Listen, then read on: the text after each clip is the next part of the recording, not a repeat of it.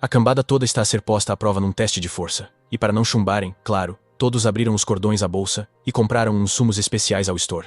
Quer dizer, quase todos. O nosso protagonista estava teso como um carapau e não tinha um tostão para esses venenos caríssimos. Quando a palhaçada começa, os outros meninos bonitos mal se aguentaram para fazer 30 elevações com as pulseiras de peso mágicas. Deram o litro, mas o motor gripou ali mesmo. Chega então a vez do nosso herói, e o professor, ressabiado por não ter visto a cor do dinheiro dele, decide lixar-lhe a vida e carrega o peso nas pulseiras mágicas até não poder mais. Mas isso não o beliscou sequer.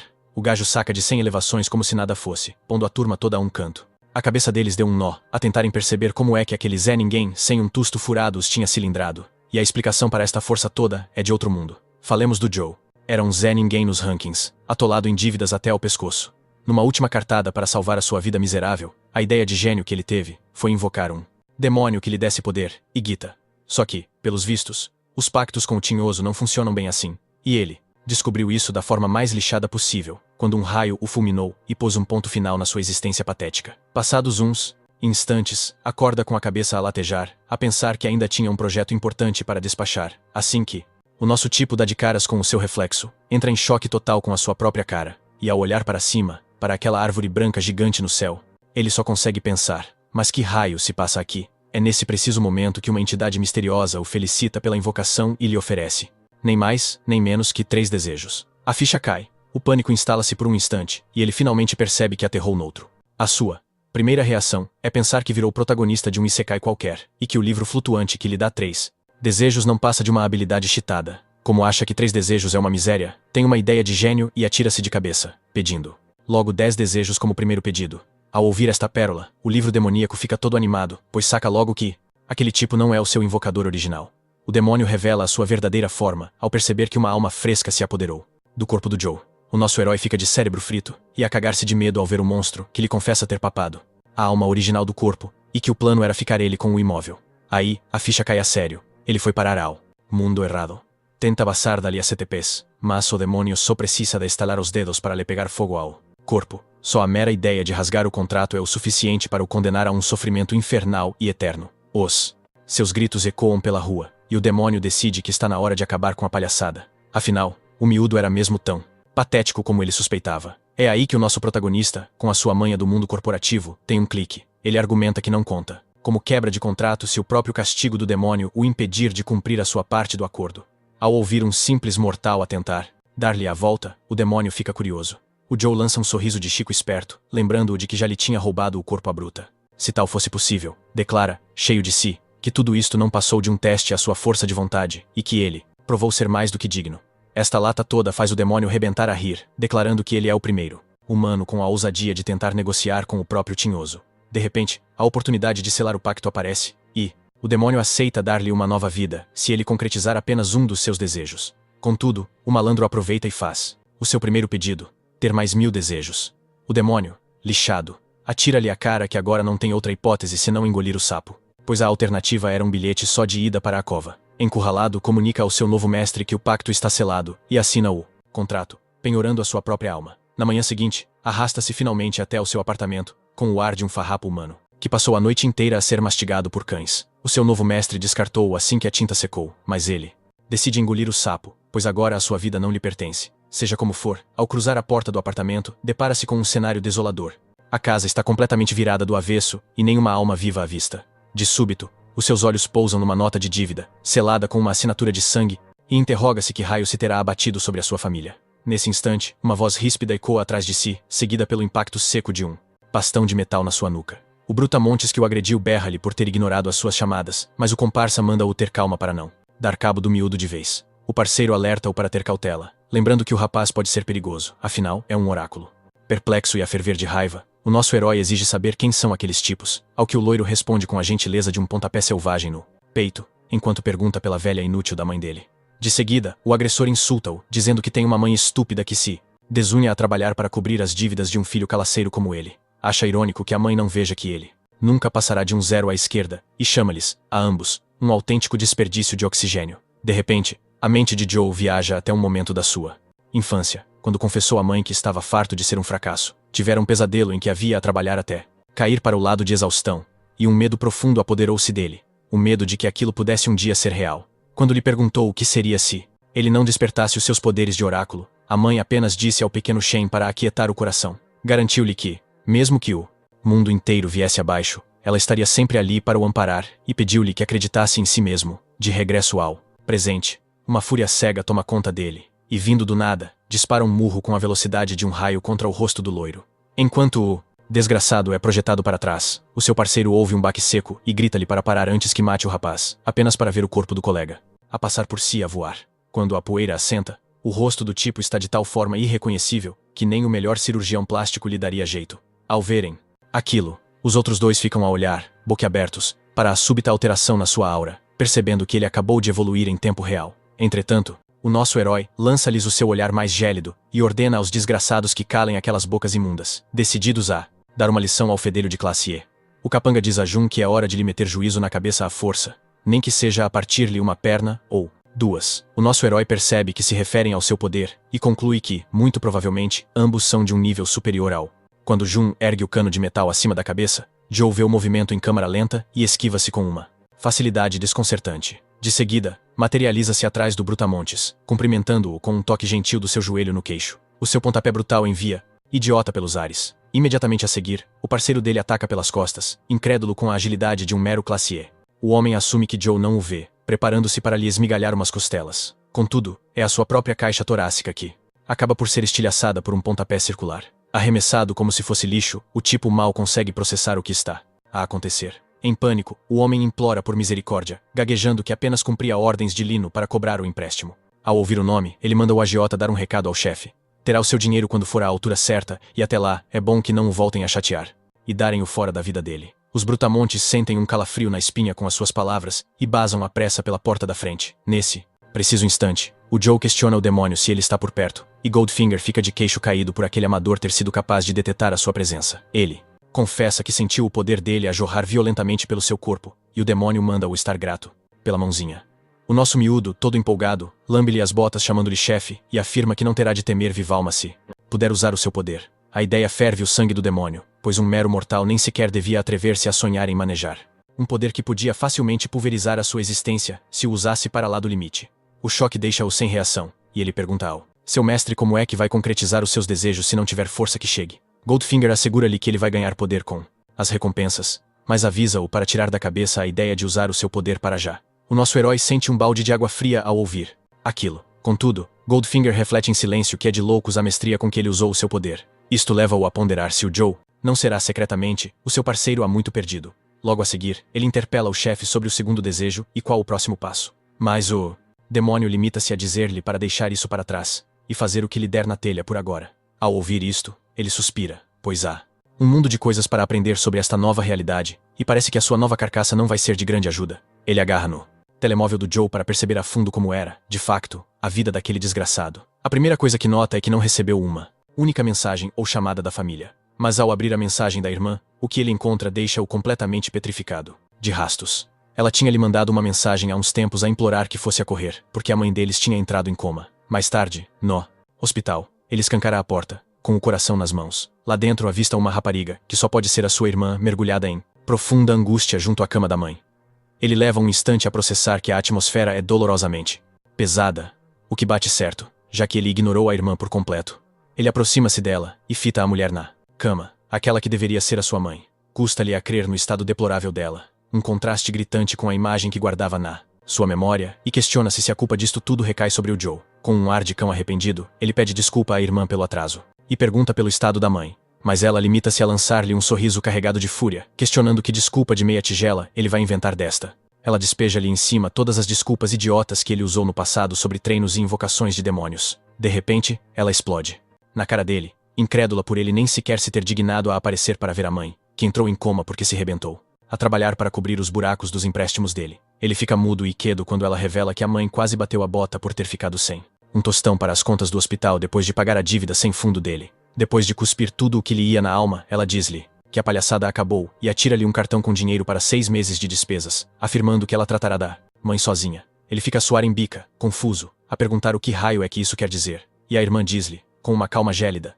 que para ela, ele morreu. Mais tarde, já na rua, Goldfinger sente a maré negra das suas emoções e questiona por que é que as palavras daquela fêmea humana o feriram tão fundo. O demônio Assegura-lhe que a culpa não foi dele, mas ele recorda que a irmã do Joe o fez reviver o seu próprio eu patético, que em tempos cometeu exatamente o mesmo erro. Isto arranca uma gargalhada do seu mestre, que o avisa para não deixar que isso emperre os seus planos. Ao escutar estas palavras, Joe questiona se tornar-se mais poderoso será a solução para todos os seus dilemas, e a entidade demoníaca assegura-lhe que todos eles se desvanecerão, caso ele demonstre ter a fibra necessária. Com esta promessa, a sua determinação para iniciar o seu regime de treino torna-se inabalável. Enquanto isso, noutro canto da cidade, numa discoteca, o líder dos cobradores de dívidas ordena à sua assistente que apresse a equipa, pois os seus clientes não são de esperar.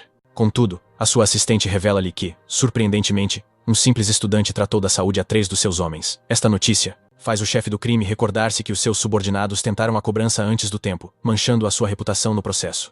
A sua assistente garante que eles receberão o devido castigo, mas sublinha que o problema é bem mais grave, pois o estudante deu uma lição a indivíduos que, em teoria, estavam muito para lá das suas capacidades. Isto desperta por completo o interesse do chefe, que imediatamente pega no relatório. Com o perfil de Joe, ele deduz que o miúdo é bem mais forte do que aparenta, pois não há habilidade no mundo que permita a um nível 2 levar a melhor sobre um nível 3. Por fim, ele dá ordens à sua assistente para manter o rapaz sob vigilância. A cena transita então para o nosso protagonista, em plena corrida matinal. O seu simpático vizinho propõe-lhe um negócio da China em suplementos, mas ele responde ao homem mais velho que passará por lá mais tarde. Ao notar a sua energia contagiante, o vizinho interroga-se se ele terá arranjado uma namorada, ou algo do gênero. A verdade, porém, é que Joe tem estado focado em adaptar-se ao seu novo corpo e a ganhar massa muscular. Enquanto recolhia informações, desde que saiu do hospital, ele descobre que os indivíduos com habilidade são conhecidos como oráculos, e que ele acumulou uma dívida astronômica, porque os suplementos necessários para aumentar o poder custam uma fortuna. Apesar de não saber ao certo qual é o seu limite,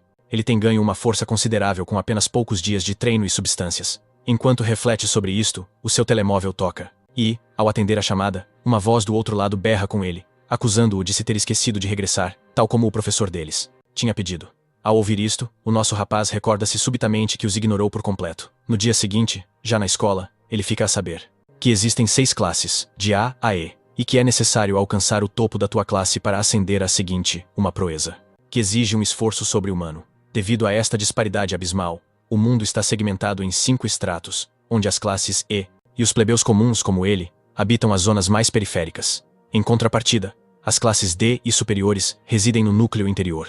Consciente de que pertence à escória da sociedade, ele decide fortalecer-se o mais depressa possível para conseguir infiltrar-se nos estratos intermédios, o quanto antes. De repente, um brutamontes atinge-o por trás com um peteleco e desata a rir-se na sua cara. O seu parceiro de bullying comenta que o nosso rapaz parece tão frágil que provavelmente conseguiriam dar-lhe uma sova, mesmo sendo ele um oráculo de nível 1, tal como eles. Ao ouvir isto, o nosso protagonista sente uma fúria crescente por ainda existirem idiotas como aqueles no mundo. Nesse instante, o professor entra para dar a aula.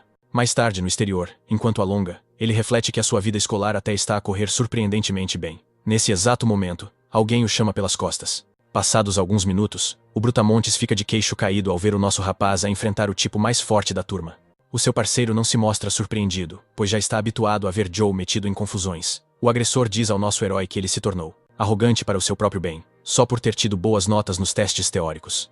Ele afirma que o verdadeiro valor de um oráculo reside na força, e que o seu poder de nível 1 não vale nada. Ao ouvir isto, Joe lembra ao agressor que ele também é um Hellis nível 1, o que o deixa tão enfurecido que este lhe desfere um gancho violento. Sem qualquer esforço, Joe intercepta o punho com uma só mão. Com a outra mão, verga-lhe o pulso, e pergunta-lhe se já se cansou de ladrar. O agressor nem quer acreditar que está a ser subjugado por ele, e questiona-se se o Joe espigou de repente. De seguida, o Joe esfrega-lhe na cara as suas próprias palavras, afirmando que a força é tudo o que importa, e depois pede-lhe, com uma cortesia gelada, autorização para lhe desfazer a cara. Enquanto o tipo sua embica, a pensar que a sua hora chegou, o treinador surge do nada, e cai em cima do nosso herói por estar a arranjar confusão na sua aula. O treinador parece visivelmente passado dos carretos, e pergunta-lhe se tenciona armar Zaragata mal põe os pés ali. O nosso rapaz faz-se de santo, e garante que era só uma brincadeira entre amigos. O bully liberta-se com um puxão e rosna-lhe para o largar. Vendo os ânimos a serenar, o treinador deixa um último aviso ao nosso herói e manda toda a gente para a formatura para o teste. Momentos depois, os alunos alinham-se junto a uma barra de elevações enquanto o treinador Gija começa o seu sermão do costume. Ele tenta vender-lhes o peixe sobre o próximo torneio interescolar, prometendo que bons resultados não só trarão prestígio à escola, como também lhes abrirão as portas das academias de elite. No fim da conversa, começa sem pingo de vergonha a publicitar os seus suplementos milagreiros, típico de um vendedor de banha da cobra. O desafio arranca com o bully a sacar 50 elevações de rajada. O Jota nem pestaneja, e comenta que aquilo parece mais um desafio viral da internet do que um teste a sério. Nesse exato instante, uma voz chama por ele, querendo saber se está tudo bem. A delegada de turma admite que andava preocupada, pois ele andou a ignorar as mensagens dela. Durante dias, ela tenta disfarçar a pressa, dizendo que era só curiosidade, mas o nosso rapaz descansa, garantindo que não se passou nada. Mudando de assunto, ela pergunta-lhe por que é que ele se recusa a comprar as porcarias do professor. O Joe, sem papas na língua, responde que está sem um tostão. Ela tenta alertá-lo para o que acontece a quem não abre os cordões à bolsa, mas o nome dela é chamado antes que possa terminar. Ele deseja-lhe boa sorte e despede-se. Ela só aguenta 25 elevações antes de ceder, mas o treinador lembra-se que ela lhe comprou 2 frascos, e como por magia, a pontuação dela sobe para 35. De repente, o nosso rapaz percebe o esquema. Ou os alunos compravam aquele lixo a preço de ouro, ou então, arriscavam-se a levar um chuto da equipa. Finalmente, chega a vez do Joe enfrentar a barra. O treinador fita-o, perfeitamente ciente de que o nosso herói nunca lhe comprou um único frasco. Um sorriso malicioso rasga-lhe o rosto enquanto decide usá-lo como exemplo, por não comprar a sua mercadoria de lixo. Entretanto, o Joe analisa a barra e as pulseiras, notando que parecem normais, mas sente que aquilo tem truque. Assim que agarra a barra, os seus olhos quase saltam das órbitas de espanto. Sente o corpo a pesar 1 tonelada, e percebe de imediato que os cristais cravados nas pulseiras estão a adicionar um lastro extra. Mesmo assim, o nosso rapaz nem pensa em desistir, calculando que os cristais devem ter um limite de peso. Sem abrandar o ritmo, começa a sacar repetições como se não custasse nada. Os outros alunos ficam de boca aberta, sem acreditar que o tipo que julgavam ser um 0 à esquerda os está a humilhar. A turma passa-se quando o Joe rebenta a barreira das 100 repetições, a gritar que ele tem de ser, no mínimo, de nível 2. Quando ele finalmente se larga da barra, uma multidão cerca-o, bombardeando-o com perguntas sem fim. Entretanto, o treinador está em estado de choque, a questionar-se se o miúdo andou a tomar sumos em segredo. O pânico instala-se quando ele se apercebe que o seu negócio de suplementos manhosos pode ir por água abaixo. Nesse preciso momento, ele dá um sorriso maléfico rasga-lhe o rosto, enquanto tece um plano nefasto para o nosso herói. A imagem muda bruscamente para o diretor, que espuma de fúria ao telefone, numa chamada sobre o cancelamento dos seus eventos de 2ª categoria. Ele defende-se, alegando que a academia está subfinanciada e mal consegue manter as portas abertas, com um corpo decente de 3ª. O interlocutor, do outro lado da linha, responde sem papas na língua que o sistema só quer saber de oráculos de elite, e é por essa razão que o financiamento está a ser desviado para as academias de topo. Batendo com o telefone com violência, o diretor leva a mão ao rosto, num gesto de puro desespero, ciente de que a academia não tem meios para forjar um único oráculo de elite. O seu olhar fixa-se num cristal negro, trancado a 7 chaves, dentro de uma vitrina, enquanto frita a cabeça a pensar numa forma de manter a academia de pé. O seu raciocínio é quebrado pela voz do treinador, Gija, que o chama da porta do gabinete. O treinador entra e, com um ar triunfante, apresenta uma lista de nomes que, na sua opinião, estão destinados a tornar-se os próximos oráculos de elite. O diretor percorre a folha com um olhar e percebe de imediato que todos os nomes ali listados mal se qualificam como material de primeira, mas o treinador insiste em vendê-los como se fossem prodígios. O treinador acrescenta então: há um aluno que não tem estofo para se tornar um oráculo, e o diretor morde o isco, curioso por saber de quem se trata. A narrativa regressa ao nosso herói, que se dirige para o gabinete do diretor, com o demônio a flutuar ao seu lado. O livro amaldiçoado questiona-o sobre a asneira que ele arranjou desta a vez, mas o Joe mantém-se em silêncio. Parado em frente à porta, ele recorda a péssima fama do diretor e só espera que nada de mal venha a acontecer nesta reunião. No preciso instante em que estende a mão para o puxador, chamas irrompem do nada mesmo à sua frente, apanhando-o totalmente desprevenido. O demônio rejubila, excitado por ver que o desejo ativado de que falara antes tinha finalmente se manifestado. Ele ordena a Joe que localize o objeto o mais depressa possível, mas Joe começa a resmungar sobre o quão ridiculamente péssimo é o timing. Os seus devaneios são interrompidos pelo próprio diretor, que quebra o silêncio e lhe diz para parar de perder tempo e entrar de uma vez por todas. Ao entrar, Joe pergunta, com toda a educação, por que motivo o diretor o mandou chamar. O homem folheia o seu processo acadêmico e, de seguida, pergunta ao aluno o que ele julga ser necessário para se tornar um oráculo, sem sequer esperar por uma resposta. O diretor apressa-se a responder por ele, dizendo: no fim de contas tudo se resume a dinheiro. De seguida diz a Joe, sem rodeios, para desistir já, enquanto ainda vai a tempo. A cor foge do rosto de Joe, enquanto o diretor prossegue, explicando que o custo para desenvolver um oráculo é simplesmente astronômico. Ele insiste que Joe não passa de um miúdo sem um tostão que jamais conseguirá sobreviver, aqui a longo prazo. Para si, ele pensa que o melhor é cortar o mal pela raiz com os alunos mais fracos, e está mesmo disposto a devolver-lhe o valor da propina. Joe demora alguns segundos a processar a informação. Entretanto, os olhos do demônio arregalam-se quando ele se apercebe subitamente que o cristal é o tal objeto e diz ao nosso herói para o agarrar. Joe sussurra discretamente ao livro amaldiçoado para o ir buscar ele mesmo, mas o demônio recorda-o de imediato que precisa que seja outra pessoa a agir. Joe hesita por um momento, perdido em Pensamentos. Ciente de que tem, impreterivelmente, de entrar na zona da cidade intermédia, o que significa que não se pode dar ao luxo de ser expulso. Daqui, custe o que custar. Ele pondera a sua situação e recorda-se que nenhum aluno desta academia, alguma vez, conseguiu passar do nível E2. E é precisamente por isso que estes alunos são considerados uma preciosidade. O nosso herói pergunta então ao demônio se pode ser ele a decidir a recompensa para esta missão. Nesse preciso instante, o demônio percebe a jogada de Joe. Mas antes que possa dizer o que quer que seja, Joe corta-lhe a palavra e declara que quer a habilidade de poder emprestado. O Goldfinger passa-se, berrando com ele e lembrando-o. O quão demente e arriscada esta jogada é na verdade. Mas o nosso herói não vacila. Ele mete na mesa o argumento de que, se for corrido dali, o demônio pode ficar a ver navios, e por isso exige que o livro maldito aposte nele. A contragosto, o dedo de ouro baixa a guarda, deixando claro que, a partir daqui, lava as suas mãos de qualquer desastre.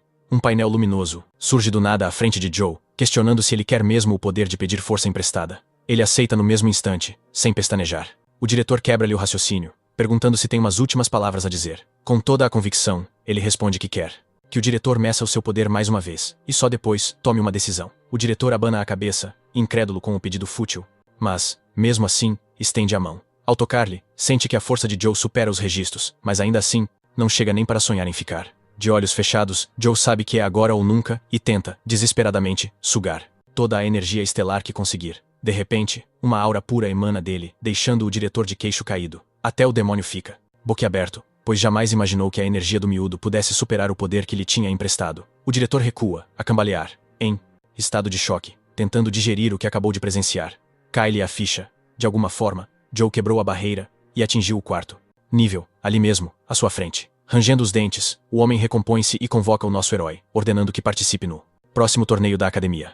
Joe pisca os olhos, perplexo, a tentar decifrar a razão daquela mudança de tom tão súbita. Quando as coisas acalmam, ele liga os pontos e percebe que o diretor o quer, provavelmente, resgatar do fundo do poço e usá-lo como trunfo para impressionar o departamento de educação. O diretor confessa que, para manter as portas abertas, precisava de se livrar dos alunos sem potencial e pede desculpa por Joe ter sido apanhado no meio daquela confusão. Como compensação, oferece-lhe uma bolsa de estudo integral, mais 6 frascos de suplementos por semana. Ele vai direto ao ponto, afirmando: o nosso campeão terá de representar a escola, porque o futuro inteiro da academia está nas suas mãos. Ao perceber o quão desesperado o homem se encontra, o nosso protagonista joga alto e pergunta se pode levar o cristal negro da prateleira. O diretor esclarece que aquilo foi esculpido em cristal de estrela negra, uma relíquia do antigo diretor, e que simboliza a própria alma da academia. Mas depois suspira, admitindo que se a escola for à falência, o símbolo de nada valerá, e assim, cede e entrega-lhe. O nosso herói responde com uma confiança de ferro, prometendo que vai deixar tudo em campo para vencer o torneio.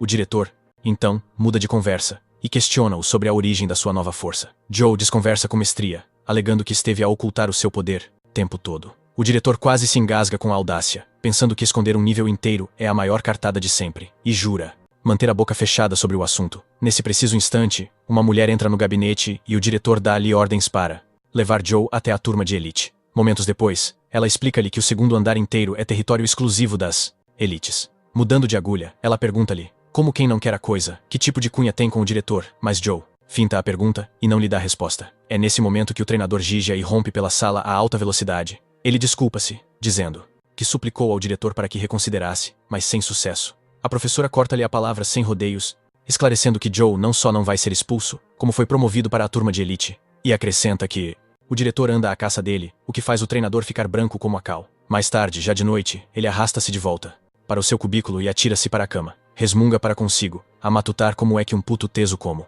ele conseguiu escalar até ao nível 4 em tão pouco tempo. O demônio corta-lhe o pensamento de imediato, lembrando-o da missão que tem pela frente. Goldfinger avisa-o que o seu poder não vai iludir os humanos para sempre, e ele admite que já se tinha apercebido disso.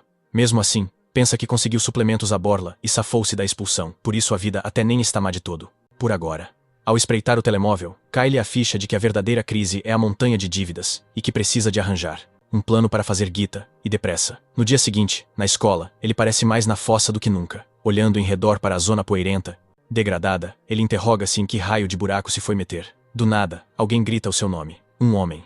Acena-lhe ao longe, fazendo-lhe sinal para se aproximar com um sorriso de orelha a orelha. Metem conversa, e o homem pede-lhe desculpa por não o ter apanhado mais cedo, explicando que está sempre atolado com as responsabilidades da turma. O homem apresenta-se como o professor Jen, e o Joe pergunta na lata se ele é mesmo o único professor por ali. Jen coça a cabeça, admitindo que a escola não tem andado nas suas melhores marés. E que ele é o único destacado para a turma dos avançados. Acrescenta que eles usam a secção mais interior para treinar. E é por essa razão que os corredores exteriores estão só a acumular pó. Ao empurrar a porta, o professor descansa o Joe, dizendo-lhe para não se preocupar, insistindo que as instalações ainda são do melhor.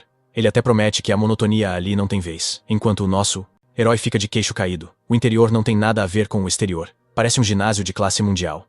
O seu professor explica que os alunos estão todos a treinar sozinhos e oferece-se para o apresentar à malta. Ele acha que o sítio parece um clube de fitness de 5 estrelas, com alunos a transbordar de energia, embora apanhe alguns a lançar-lhe olhares de soslaio. O seu professor chama então a atenção de todos para apresentar o novato.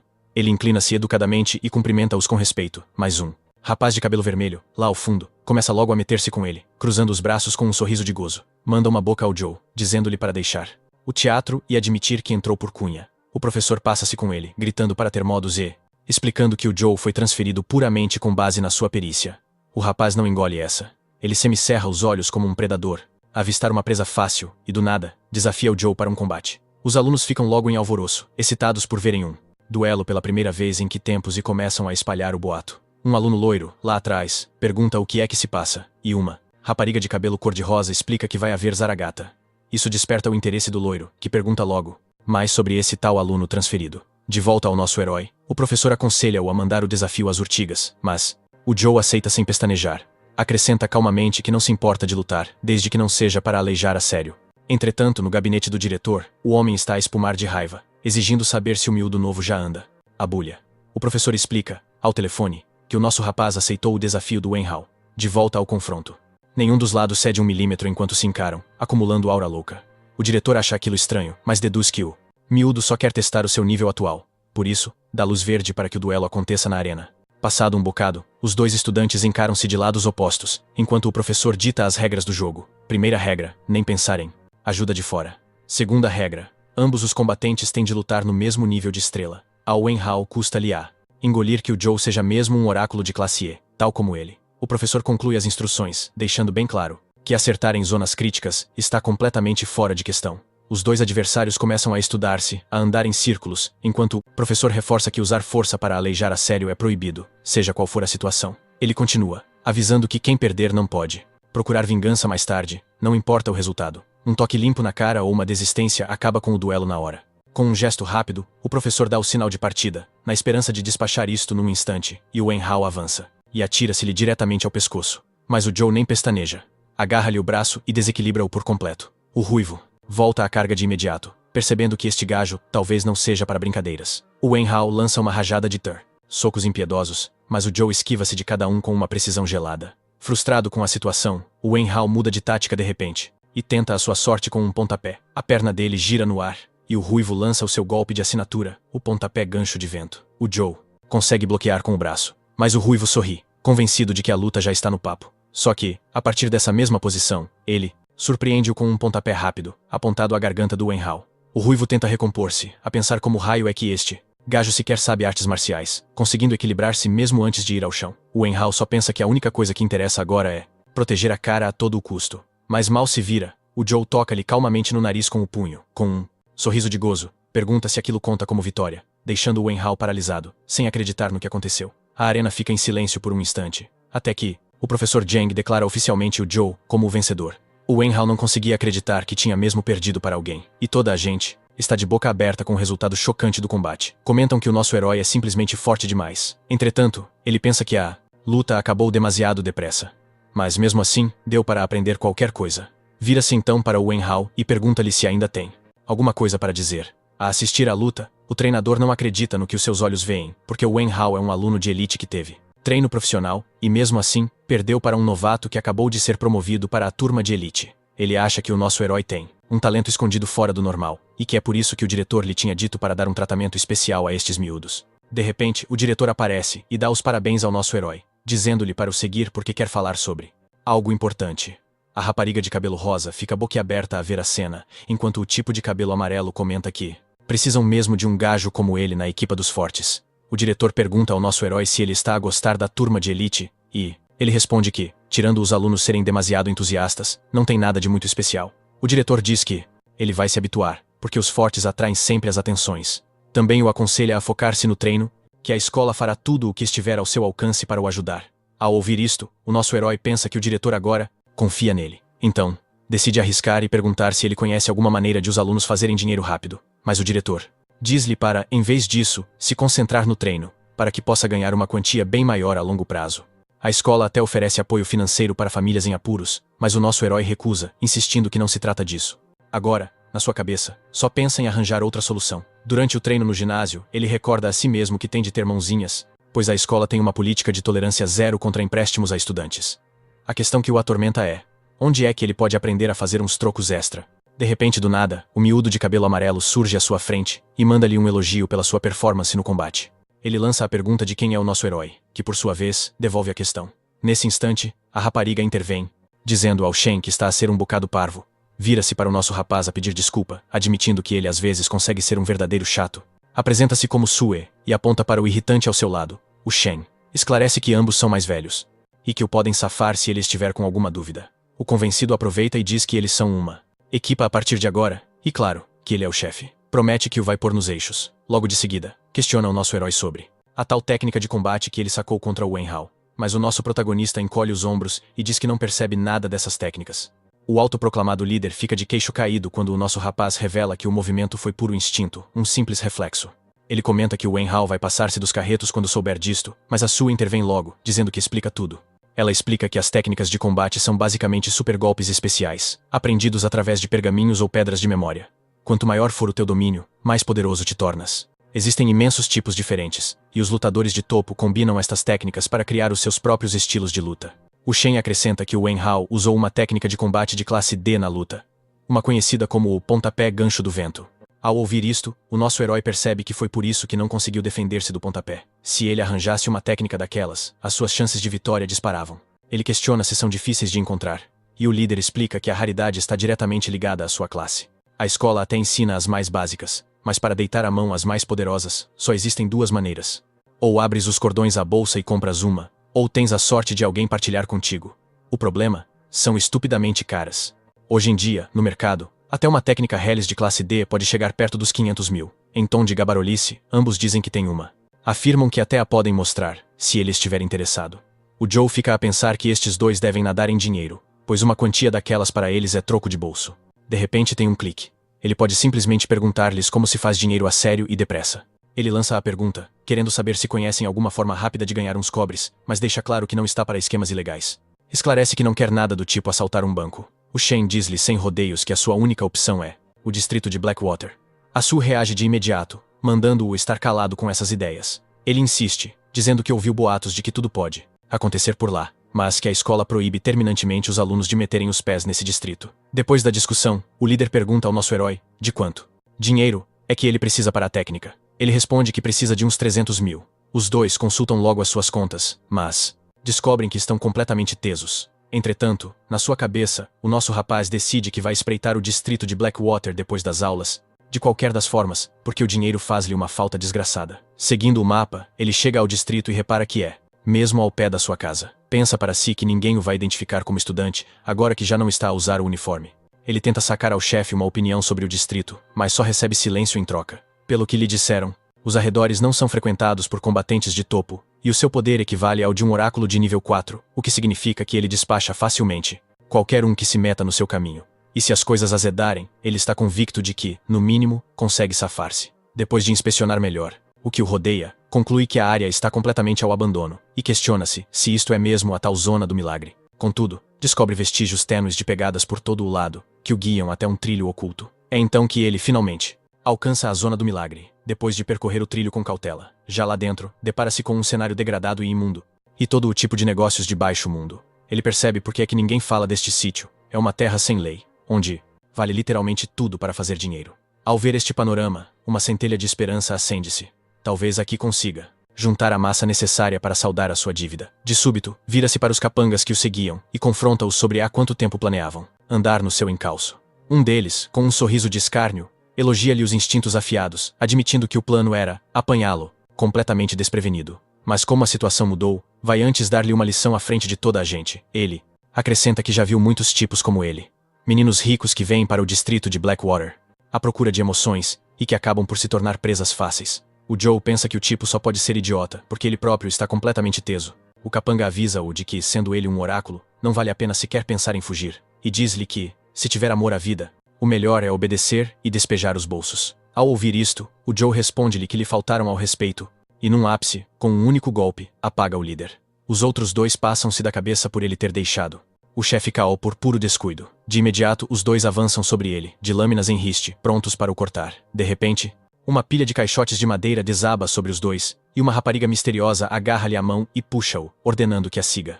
Os dois fogem dali a 7 pés, e chegam a um refúgio seguro. O Joe agradece-lhe a ajuda, mas confessa que na verdade aquilo só o atrapalhou, porque o seu plano era despachar aqueles dois, e depois sacar-lhes umas informações. A rapariga age com uma familiaridade estranha, como se já o conhecesse, e pergunta-lhe o que raio anda ele a fazer ali. Mal acaba de falar, entra em pânico ao lembrar-se que devia manter um perfil discreto. Ele pergunta se a conhece de algum lado, mas ela desconversa, dizendo que apenas leu o nome dele no seu colarinho.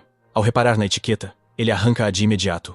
Pensa para si que foi uma sorte a rapariga não o reconhecer, pois nem sequer tinha reparado que o seu nome estava estampado no colarinho. Ele agradece-lhe por o ter avisado, enquanto ela, por dentro, respira de alívio por não se ter denunciado. Ela aconselha-o a proteger melhor as suas informações, porque aquela zona é perigosa como o raio, e oferece-se para o ajudar a sair dali. Mas o Joe recusa a oferta, explicando que veio ali para fazer algum guito. Ele decide que é melhor bazar, porque se ela descobre que ele é um estudante, a sua vida vai ficar tramada. Enquanto o Joe se afasta, ela pensa que tem a certeza absoluta de quem ele é, e questiona-se sobre o que raio anda um estudante a fazer na Zona do Milagre. Ao tocar-lhe, ela sentiu algo estranho, o que a leva a crer que ele já se tornou um oráculo. Entretanto, o Joe arranja uma máscara para esconder o rosto e garantir que a sua identidade permanecesse um segredo absoluto. E quando já estava a desesperar por não encontrar forma de fazer uns trocos, um desconhecido aborda-o, vendendo-se como o guia local que tinha resposta para tudo e mais alguma coisa. Ao ouvir esta cantiga, o nosso herói não perde tempo, e pergunta-lhe de chofre se conhece algum esquema para ganhar dinheiro fácil. O guia, claro, fica todo contente, a pensar que já tinha engatado mais um otário, e diz-lhe com ar convencido para o acompanhar. Ele guia o Joe até uma arena de combate improvisada, e ele pergunta logo se aquilo é um clube de luta ilegal. O guia confirma, dizendo que é a maneira mais rápida de encher a carteira. Explica que, naquela noite, o vencedor não só leva o prêmio monetário, como também uma parte generosa do bolo das apostas. E acrescenta que até os oráculos se metem ao barulho. Por isso, estes combates são de alto risco, mas com uma recompensa à altura. Depois de observar a luta em andamento, ele conclui que tem uma oportunidade de ouro para levar o prêmio todo. O guia, vendo-lhe o interesse, pergunta se quer entrar na dança, que ele trata das fichas. Ele diz-lhe que vai arriscar tudo pelo prêmio, seja como for. Sem ele saber, no seu rasto, a rapariga misteriosa também entra no clube de luta e começa a procurá-lo discretamente. De repente, avista-o dentro do ringue e fica a pensar o que raio ele está a fazer ali. Um brutamontes faz peito para o Joe, gabando-se de ser um lutador de topo, mas o nosso herói manda-o para a lona com um único golpe. A multidão começa a achar aquilo uma seca, pois todos os adversários são despachados com uma só pancada. O nosso rapaz decide que é melhor despachar o assunto rapidamente e, de seguida, trata do recado aos dois lutadores seguintes. Sem demoras. A assistir a isto, o chefe do clube fica perplexo. Ele só tinha deixado o miúdo lutar por ter ar de presa fácil. O seu braço direito informa-o que, depois daquele espetáculo, os outros lutadores meteram o rabo entre as pernas e os clientes estão a exigir o dinheiro de volta, convencidos de que os combates são todos viciados. Sem pensar duas vezes, o chefe ordena aos seus homens para prepararem um combate especial, pois não está nos seus planos deixá-lo sair dali com o prêmio todo. Entretanto, ele derrota o seu último oponente e pergunta se já pode reclamar o seu dinheiro. Mas o apresentador anuncia que, como o público está ao rubro com estes combates, decidiram organizar uma luta especial. O nosso rapaz percebe logo que eles nunca tiveram intenção de lhe dar o prêmio. Do outro lado, os capangas trazem um carro de mão onde um monstro está acorrentado. O apresentador anuncia que o combate especial será contra o Niflin, mais conhecido como a Aberração, e ao vê-lo, o Joe fica verdadeiramente chocado. Os ajudantes soltam-no das amarras, e a criatura cai no chão como um peso morto. Eles retiram-se imediatamente do ringue e trancam-no a chave. O nosso herói fica ali, parado, a tentar perceber a situação. De repente, a aberração desperta do seu torpor com um olhar verdadeiramente sinistro. Um tipo mais corpulento na multidão tenta acalmar a namorada, gabando-se que despachava aquele monstro com uma só pancada. Mas, na verdade, ele quase borrava as calças de medo ao ver aquela besta. A rapariga misteriosa interroga-se como é que uma criatura daquelas foi ali parar. Ela sabe perfeitamente que o Joe não se safa sozinho e que poderia salvá-lo usando as suas habilidades, mas isso significaria expor o seu disfarce e arruinar os seus planos. Enquanto isso, o nosso herói pensa que é uma pena o chefe não estar ali por perto, e que vai, sem dúvida, suar as estopinhas para derrotar este monstro. Ao cruzar o olhar com a criatura, sente-se como a presa diante do caçador, o seu cesto. O seu instinto primário grita-lhe para fugir, porque aquela criatura é perigo puro. A aberração lança-se na direção do nosso rapaz para um golpe fatal, mas ele, guiado pelos seus reflexos, esquiva-se ao ataque, um movimento que lhe salva a pele por um triz. Depois deste susto de morte, ele percebe que a brincadeira acabou. Ou luta a sério, ou não sai dali vivo. O monstro encurrala-o num canto, e sem saída, o Joe decide que tem de despachar o assunto de uma vez por todas. Ele invoca uma força emprestada para elevar o seu poder, e afunda a aberração no chão, com um único soco. A criatura jaz inerte, e por um momento, ele acredita que a luta terminou. Mas, subitamente, ela volta à carga, num ataque que ele desvia por uma unha negra. Ele fica incrédulo por o seu golpe mais potente não ter surtido efeito, e recua de imediato, ciente de que não pode vencê-la em combate próximo. A correr pela arena, o nosso rapaz esquiva-se das investidas enquanto procura desesperadamente uma arma, qualquer coisa para virar o jogo contra o monstro.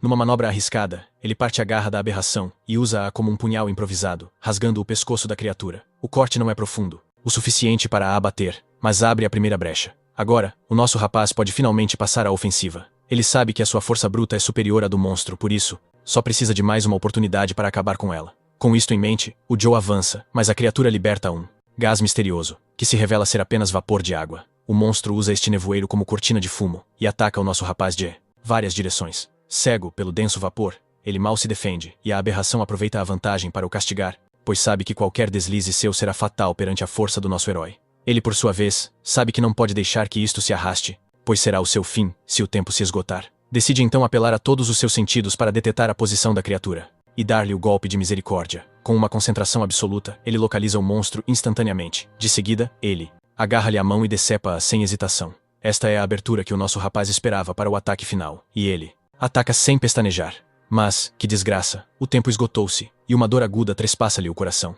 Entretanto, o monstro aproveita a oportunidade para o desarmar e lança a sua língua como um chicote, num golpe que seria fatal. Mas o nosso rapaz recusa-se a cair e decide ir além dos seus próprios limites. Ele invoca novamente aquela força emprestada e agarra a língua do monstro em pleno voo. Depois, projeta-o pelos ares e agarra-o pelas mandíbulas. Usando até a última gota da sua força, ele rasga a criatura ao meio, acabando com ela de vez. Entretanto, os responsáveis, a assistir de uma sala de controlo, não querem acreditar no que os seus olhos veem. O chefe pergunta, nervoso, se o novato finalmente foi derrotado, mas o seu rosto empalidece de imediato. Nas bancadas, a rapariga de cabelo branco encara, de olhos arregalados, o Joe, a questionar-se como é que ele fez tal proeza. Ainda a segurar a cabeça do monstro, ele lança um olhar gélido diretamente para a câmara, e só aquele olhar de predador é suficiente para gelar o sangue dos responsáveis. O chefe entra em pânico, a praguejar que gastou uma fortuna naquele lutador, apenas para ver o miúdo desfazê-lo como se fosse de papel. O apresentador recompõe-se à pressa, parabenizando o Joe e indicando-lhe que siga o pessoal para receber a sua recompensa. Momentos depois, nos bastidores, uma mala cheia de notas é colocada à sua frente. O responsável explica que o total ronda os $500.000. Ele estende a mão para a agarrar, mas o chefe fecha-a com um estalo. Com um sorriso trocista, ele informa que as regras do jogo mudaram, ou o Joe se torna um dos seus lutadores permanentes e recebe o prêmio completo, ou leva apenas um quarto do valor e desaparece. O nosso herói semicerra os olhos. Exige que ele ouse repetir o que acabou de dizer. O chefe perde as estribeiras, berrando que todos os outros competidores puseram-se a milhas depois daquela zaragata, e que o seu valioso campeão foi vítima de uma súbita doença de cabeça voadora. O nosso herói responde à letra, dizendo que não foi isso que combinaram. Ele refresca-lhe a memória, lembrando que os termos eram claros. Os lutadores não se responsabilizam se o adversário bater as botas no ringue. E pergunta outra vez, se não era essa a condição do acordo, e só a presença do Joe já é suficiente para deixar o homem branco como a cal da parede. Exalando uma aura de morte, ele exige o pagamento na totalidade. Ou então, a conversa vai ser outra. Ao ouvir isto, o chefe puxa de um ferro, para o intimidar, mas o rapaz nem se mexe. Num ápice, o nosso herói desmonta a arma e estala-lhe o dedo do mafioso. A gritar de dor, o chefe ordena aos seus capangas para transformarem o miúdo num coador. Os seus lacaios puxam imediatamente das suas pistolas, prontos para abrir fogo. Ele limita-se a suspirar, farto disto, a sua paciência a esgotar-se a cada segundo. Lá fora, a rapariga de cabelo branco fica em alerta quando de repente se ouve uma chuva de balas. Um instante depois, um corpo é arremessado pela janela, a voar que nem uma boneca de trapos, aterrando perto do segurança desmaiado no chão. A multidão questiona-se se não estará a assistir à gravação de um filme de ação. A rapariga de cabelo branco, contudo, desconfia que todo este pandemônio é obra do Joe. Entretanto, lá dentro, o nosso herói está a dar cabo dos seguranças sem hesitar. pouco se importando que eles estejam armados até aos dentes. Um dos bandidos, careca, levanta a sua arma para o apagar, mas em vez disso, vê a sua própria cabeça a ser esmagada contra a parede. A sair disparado para a rua, ele escapa com o dinheiro na mão, enquanto os mafiosos no andar de cima berram ordens para o apanharem. A correr pelas ruas, ele sente que está a chegar ao limite das suas forças, e o seu corpo começa a falhar. Os ferimentos também lhe estão a sugar lentamente a energia. De repente, uma mão agarra-o pelo capuz e arrasta-o para um beco escuro. É a rapariga de há pouco, que rapidamente lhe tapa a boca, enquanto os perseguidores passam a correr por eles, sem darem por nada. Mal o perigo passa, ela diz-lhe que está a salvo, e o Joe reconhece o rosto dela. Ela diz-lhe para guardar as energias, e que conhece um caminho secreto para fugir dali. Guiando-o até a entrada de um túnel, ela avisa-o que se não se mexer, os capangas vão fechar o bairro todo e apanhá-lo. Ele ainda tenta dizer algo, mas ela corta-lhe a palavra e manda-o andar. Sem outra opção, ele agradece e lança-se pelo túnel adentro. Assim que ele desaparece, ela ativa o seu comunicador. Do outro lado, uma voz furiosa exige saber onde raio é que ela se meteu. Ela ignora a fúria, manda a irmã calar a boca e passar a chamada ao avô, pois tem novidades importantes. A cena corta de volta para o Joe, que mal consegue arrastar-se para dentro do seu apartamento antes de desabar no chão.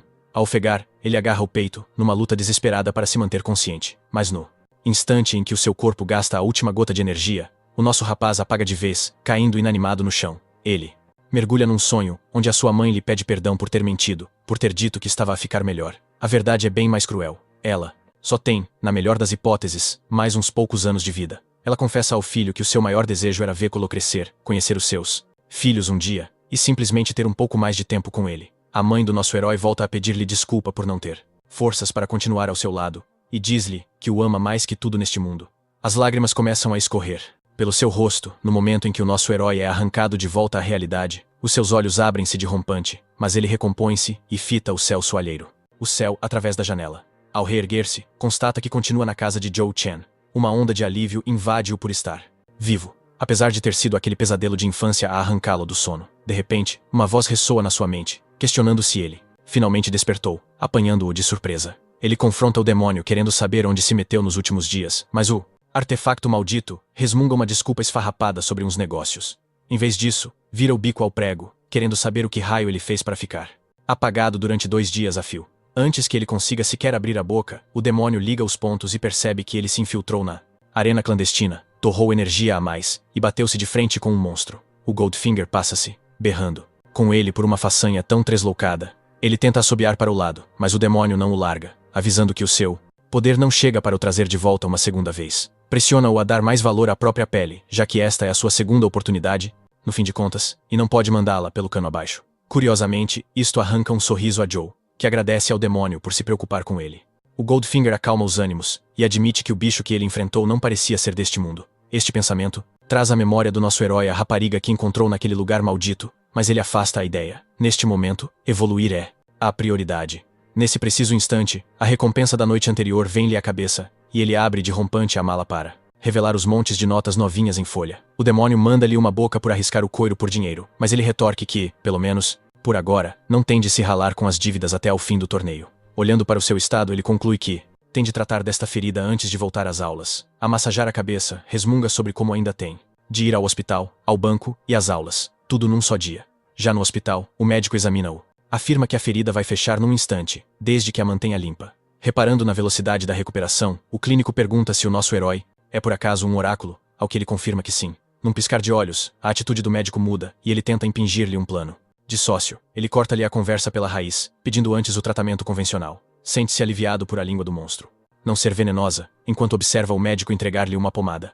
Mas mal agarra no frasco, fica petrificado, com um olhar de incredulidade. Ele questiona o médico sobre o brilho do frasco, mas o homem apenas lhe lança um olhar esquisito, insistindo que é um recipiente perfeitamente normal. O nosso herói não engole a história, vendo-o a brilhar intensamente na sua mão. O médico tenta outra vez vender-lhe o plano de sócio, sugerindo que as sessões de terapia ajudariam com as suas alucinações causadas pelo estresse, mas ele ignora o aspirante a psicólogo. Lá fora, no corredor, Joe sente um estranho fluxo de energia por toda a parte. Ao estender a mão, vê-a brilhar com mais intensidade e percebe que deve estar ligado à energia estelar. Recordando a luta clandestina, ele suspeita que aquele confronto desencadeou uma espécie de despertar. Um sorriso rasga-lhe o rosto ao pensar que, se consegue mesmo sentir a energia estelar, agora, pode absorvê-la com uma eficiência brutal. Nesse instante, um homem passa por ele, a irradiar uma aura verde esmeralda, e, Joe obriga-se a manter a compostura. Assim que o tipo passa, ele lança um olhar furtivo e começa a suar em bica, a pensar que a energia estelar daquele indivíduo está noutra liga. O estranho de cabelo verde para de repente, sentindo algo, e questiona-se se acabou de ser sondado, mas acaba por ignorar a sensação. No seu comunicador, uma voz começa a gritar-lhe aos ouvidos, a exigir que localice de imediato a estrela alienígena. O homem de cabelo verde manda ao ter calma, revelando que tenciona ficar pelo país durante algum tempo. A voz insiste, relembrando que a profecia do chefe classificou a estrela alienígena como uma ameaça de calibre supremo, uma que exige vigilância constante. Retirando os óculos de sol, o homem de cabelo verde exibe um sorriso trocista e comenta que o chefe se anda a preocupar à toa. Ele declara com arrogância que, se a tal estrela alienígena for mesmo um inimigo, ele irá esmagá-la, sem pestanejar.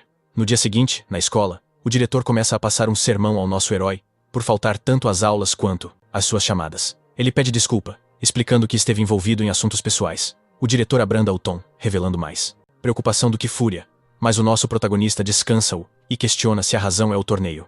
O homem mais velho nega com a cabeça e explica que deposita nele confiança total para o torneio. Em vez disso, pergunta se a escola pode intervir caso ele se tenha metido em apuros. Ele recorda ao nosso herói que a prioridade máxima da escola é apoiar os seus oráculos de elite. O Joe sorri e diz-lhe para não se ralar, prometendo dar o seu melhor no torneio, o que finalmente deixa o diretor mais aliviado. Pouco depois, Shen e Sue correm para o apanhar, curiosos sobre o que se passou. Shen recorda-se de o nosso protagonista ter mencionado uma técnica de combate, e de seguida, começa a vasculhar os bolsos. Retirando um cartão de crédito, ele explica que eles conseguiram amealhar 300 mil para ele, que poderá pagar mais tarde. Ao ouvir isto, ele fica petrificado com a surpresa.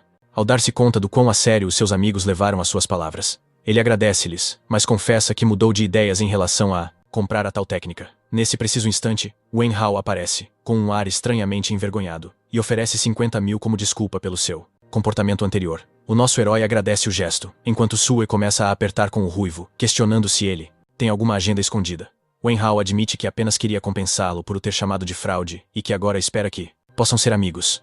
Sue aproxima-se e segreda-lhe ao ouvido, perguntando se devem aceitar o tipo no grupo, ao que ele encolhe os ombros dizendo que tanto se lhe faz. Sue vira-se então para Wen Hao e pergunta-lhe se ele se importa de ser o quarto elemento, e ele responde que a hierarquia não lhe interessa. Shen tenta imediatamente dar-lhe ordens, mandando-o ir buscar uma garrafa de água, o que desencadeia uma discussão acesa entre os dois. Joe limita-se a sorrir, percebendo que finalmente encontrou amigos verdadeiros. A cena corta.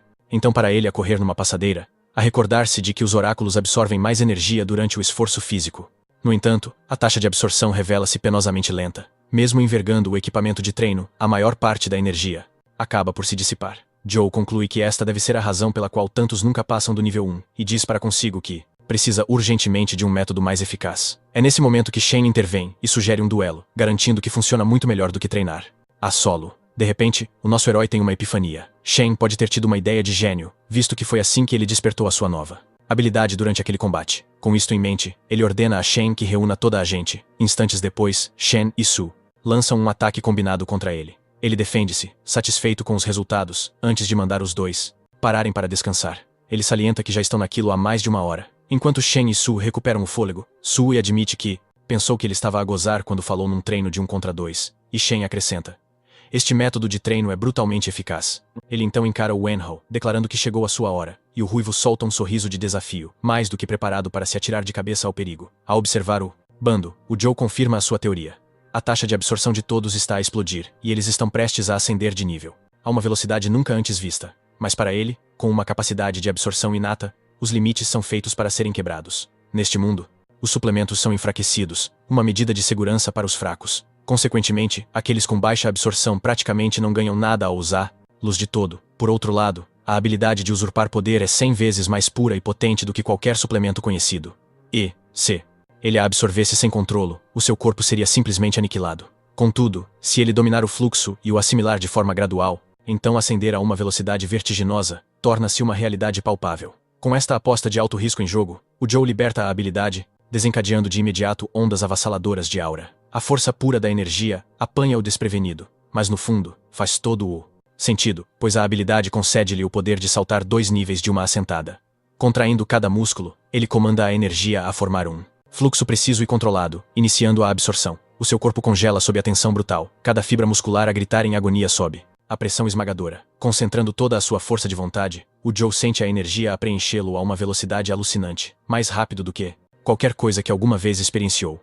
o pânico ataca, e o seu corpo ameaça desintegrar-se a qualquer segundo. Sem outra saída, ele ergue a mão e liberta o poder excedente. A energia detona em ondas de choque, obrigando seus companheiros a protegerem-se da força avassaladora. Incrédulos, eles mal conseguem processar o que estão a ver, sussurrando em estado de choque sobre como o Joe se tornou tão absurdamente poderoso de um momento para o outro. É nesse instante que Goldfinger surge, atraído pela violenta perturbação de energia. O demônio fica petrificado com a cena diante dos seus olhos.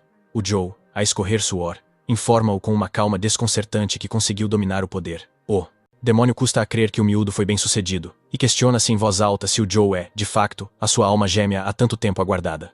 O Joe pergunta ao demônio se ele disse algo, mas este desconversa, afirmando que está simplesmente aliviado por o nosso herói não ter batido as botas. Alertado pela agitação, o treinador aparece a correr a perguntar o que se passou, e a Sue revela-lhe que o Joe foi o responsável por toda aquela libertação de energia. O treinador fica boquiaberto com a imensa quantidade de energia estelar e ordena de imediato aos seus assistentes que tragam o aparelho de medição. Após avaliarem o poder do nosso protagonista, descobrem que ele já ascendeu a oráculo de nível 3. De início, o treinador recusa-se a acreditar no que os seus olhos veem, mas logo de seguida, corre disparado em direção ao gabinete do diretor para o informar, pois trata-se do primeiro oráculo de nível 3 que a academia viu em muito tempo. Entretanto, a Sue, curiosa, pergunta-lhe como é que ele sobe de nível tão depressa, e implora-lhe que lhe ensine o segredo. Ele responde-lhe que tudo se deve ao treino rigoroso a que se tem submetido, e decide para si mesmo que da próxima vez fará isto às escondidas para evitar confusões desnecessárias.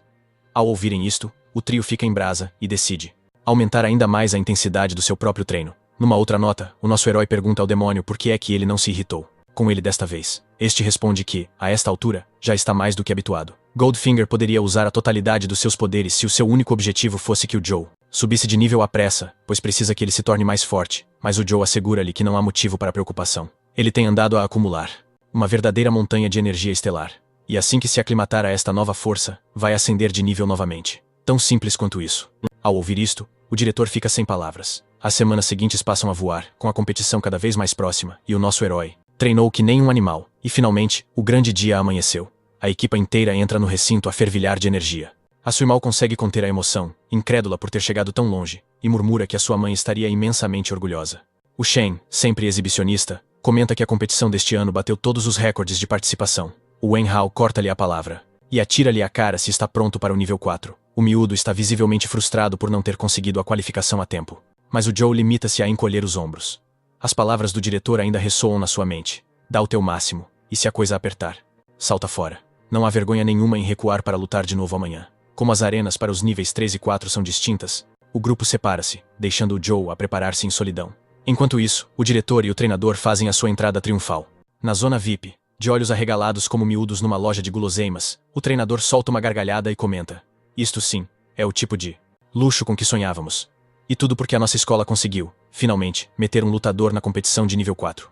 Este ano, de repente, surge o diretor Wang, que parabeniza o nosso diretor por ter treinado 2 alunos de topo em apenas uns meros meses. O diretor, com falsa modéstia, desvia os louros, afirmando que o mérito é todo do esforço dos estudantes. Ele diz que apenas lhes deu as ferramentas de que precisavam. Aproveita também para agradecer a ajuda de Wang, que lhe forneceu informações cruciais sobre o torneio. Acontece que, após a reestruturação, o governo passou a dar subsídios generosos às escolas vencedoras. E é precisamente por causa desse dinheiro que o nível de dificuldade do torneio disparou. Inesperadamente, um sujeito arrogante comenta em voz alta que algum campônio conseguiu entrar na sala VIP e está a armar toda esta confusão. O diretor prepara-se para lhe responder à altura, mas Wong detém-no, avisando para não se meter com aquele grupo, pois são todos diretores de escolas de elite que já venceram esta competição no passado. O diretor retorque que isso são águas passadas e que este ano ninguém pode prever o vencedor. O homem de cabelo branco lança-lhe um olhar de desprezo e diz para ele aproveitar bem a vista, porque será a primeira e última vez.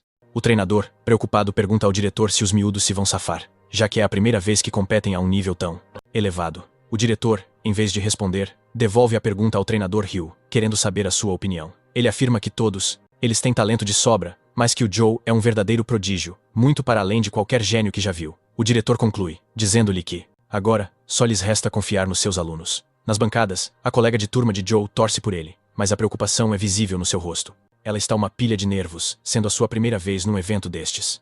Inicialmente, custou-lhe a acreditar que o nosso rapaz ia mesmo competir, mas ali está ela, a apoiá-lo. Uma semana antes, na escola, ela refletia sobre como o Joe se tornara a estrela em ascensão da academia. Sentia que nunca mais o veria, imaginando que ele agora nem sequer olharia para alguém das turmas inferiores. Perdida nestes pensamentos, desequilibra-se e quase cai. Mas, de repente, o nosso herói surge e ampara-a no último segundo. Ele pergunta-lhe se está tudo bem, e ela, envergonhada, agradece e questiona o que ele faz ali. Ele responde-lhe que a viu ao longe e decidiu vir cumprimentá-la. Ela confessa que pensava que ele agora fazia parte da elite e que já não se misturava com os alunos das turmas mais baixas. Ele sorri e diz-lhe que os amigos são para a vida e que, independentemente do que aconteça, isso nunca irá mudar. Ao ouvir isto, com isto, ela enche-se de alegria, percebendo que o Joe continua o mesmo e que tem, sem dúvida, a garra para vencer o torneio. A locutora anuncia a entrada dos competidores no palco, e a representante de turma mal consegue conter a sua euforia ao ver o nosso herói a surgir entre os demais. O locutor dá as boas-vindas a todos para a competição de intercâmbio deste ano, revelando que o evento será apresentado por ele e pela sua parceira, Lillian. Ao ouvir esse nome, a multidão entra em delírio, pois ela é uma das ídolos mais aclamadas de toda a nação. A diva afirma que veio para dar o seu melhor e que por hoje é apenas uma locutora comum, porque os verdadeiros protagonistas desta competição são os lutadores. Logo de seguida, o locutor passa a detalhar as regras. Das 12 academias, participam 48 competidores, 16 no grupo de nível 4, e os restantes 32, no grupo de nível 3. Ele esclarece que o salão é exclusivo para o grupo de nível 4 e que as classificações serão baseadas nas pontuações de ambos os grupos, que serão depois convertidas em pontos. Os competidores irão defrontar-se em duelos singulares, e o vencedor seguirá em frente. Enfrentará então o vitorioso de outro combate, até que reste apenas um único campeão. O limite de tempo é de 30 minutos, e o confronto termina quando um competidor se rende ou fica incapacitado para continuar. Lillian intervém, comentando que as regras do torneio deste ano são bem mais severas, mas assegura que não há motivo para alarme e pede a todos que olhem para o cume do pilar. A multidão explode em espanto ao avistar a lendária figura de Rank S sentada no salão. Numa demonstração de poder avassalador, ele faz o chão tremer com um simples toque do dedo. O locutor apressa-se a explicar que o mestre ergueu esta arena especial, concebida para proteger o público de quaisquer ataques desviados, e que ele também consegue reparar o ringue de forma instantânea no final de cada confronto. Ele também instrui os competidores a usarem as gemas, que servem como certificação de talho participante, e adicionalmente, os protegem em situações de perigo extremo. Ouvem-se murmúrios na plateia, todos comentando o quão verdadeiramente intimidante é um Rank S, e o nosso protagonista reflete que o seu poder rivaliza com o do próprio Gojo. O homem parece tão alheio a tudo que nenhuma ponta de nervosismo transparece. A ídolo informa que os resultados serão exibidos nas gemas e declara oficialmente que a competição está aberta. O primeiro confronto é resolvido em meros 17 minutos, com Xian a sair vitorioso. O diretor comenta, incrédulo, que um oráculo de Rank S está a supervisionar pessoalmente o torneio. Um sinal claro de que os combates deste ano serão de uma dificuldade sem precedentes. O diretor Wong intervém, afirmando que tudo se resume à gritante diferença entre o nível 4 e o nível 3. Visto que os oráculos de nível 4 já possuem um domínio absoluto sobre as suas técnicas de combate, as academias de elite são tão abastadas que adquirir técnicas de Rank C é, para eles, pão nosso de cada dia. A verdadeira razão pela qual dominam sempre o torneio é o uso do dinheiro das bolsas para equipar os seus competidores com as melhores poções e as mais avançadas técnicas de combate. Contudo, este ano, o jogo está prestes a virar por completo. O quinto confronto coloca Lan Qin frente a frente com Liai. E no ringue, Qin parece dançar com o seu adversário, esquivando-se com elegância de cada um dos seus ataques. De seguida, ela executa uma técnica de combate puramente baseada em perícia, imobilizando o seu oponente antes de aplicar o golpe de misericórdia e reclamar a vitória. A multidão vai ao rubro com a demonstração, e muitos especulam que ela está secretamente a recorrer a algum tipo de feitiçaria. Ao testemunhar a cena, o diretor fica absolutamente estarrecido, pois aquele nível de habilidade só pode ser alcançado por uma oráculo de classe superior. O diretor Wong enche o peito de orgulho, declarando-a um prodígio por ter despertado tal poder. Numa idade tão tenra, o diretor desvaloriza o feito, dizendo que isso não importa, mas Wong atiça-o, questionando por que razão tentou recrutá-la, se era assim tão insignificante. O diretor Lee responde que se trata apenas de um despertar prematuro, e nada mais. No sexto confronto, Wong nem sequer dá hipótese ao seu adversário e despacha o combate em meros 5 segundos. Perante isto, a multidão fica convencida de que a Oráculo Flamejante irá, muito provavelmente, vencer o torneio novamente este ano. O outro diretor está convicto de que ninguém está à altura do pupilo treinado pessoalmente pelo diretor Lee. Para se gabar, Lee afirma que cão que ladra não morde, mas Wong retorque para ele simplesmente aguardar e ver. Esta batalha está completamente noutro patamar para eles, pois o seu nível é tão baixo que a sua simples qualificação para este torneio já roça o milagre. Ele poderá salvar a face se o Joe vencer sequer um combate, ou no mínimo, fizer uma exibição decente. Após o término do sétimo confronto, chega a vez do nosso herói, que se interroga sobre o calibre do seu adversário, o Goldfinger. Aconselha-o a usar os seus poderes para despachar o assunto rapidamente, mas ele contrapõe que, se o fizer, dará demasiado nas vistas, e poderá arranjar sarilhos sérios, se for investigado. A caminho da arena, ele cruza-se com a Shin. Ela avisa-o que teve azar ao calhar-lhe o último combate, pois o seu adversário é um dos pesos pesados, e a sua técnica de combate é tão avassaladora, que nem um oráculo de classe D a consegue aguentar de frente. O nosso rapaz questiona se não é arriscado usar uma técnica tão devastadora em combates de nível baixo. A Shin explica que a gema de proteção consegue bloquear um golpe fatal, mas que, ainda assim, ele ficará bastante maltratado, pois essa é a dura realidade da competição. Perante isto, ele pergunta-lhe por que motivo o está a ajudar, e ela revela que são aliados, pois partilham o mesmo alvo: pôr na linha todos aqueles idiotas presunçosos. Antes de partir, ela confessa que contava com a ajuda dele. Mas como o seu oponente é tão formidável, já seria excelente se ele pelo menos o conseguisse desgastar um pouco. Ao ouvir isto, ele começa a ponderar se o seu adversário é, de facto, tão poderoso como ela o descreve. Finalmente, o derradeiro combate da primeira ronda está na iminência de começar, e a multidão vai ao rubro assim que o nosso rapaz pisa a arena. Ele pensa que aquilo parece uma recepção calorosa, mas na verdade, toda aquela ovação é para o concorrente Lei, que faz uma entrada apoteótica, qual Vingador. O comentador refere que ninguém esperava que o último confronto contasse com a presença de Lei. Ele despertou como oráculo com apenas 12 anos de idade e, em somente 4 anos, ascendeu ao nível 4 de oráculo. Recebeu também uma distinção nacional, juntamente com um convite de uma guilda de elite. Não seria exagero afirmar que ele é o maior talento desta nova geração. Ao vê-lo entrar na arena, a multidão entra em delírio absoluto e começa a ovacioná-lo sem parar. A representante de turma fica apreensiva, pois não há uma única alma a apoiar o nosso miúdo. Um espectador qualquer diz-lhe que Lei tem uma legião de fãs por ser forte e bem apessoado. Em contrapartida, o seu adversário parece apenas um Zé Ninguém com ar de poucos amigos. Ao ouvir isto, ela riposta, afirmando que apoia o Joe por ele ser um rapaz genuinamente bom e amável. Logo de seguida, os dois entram numa acesa discussão, e todos à sua volta ficam a olhar, sem perceber o que se passa.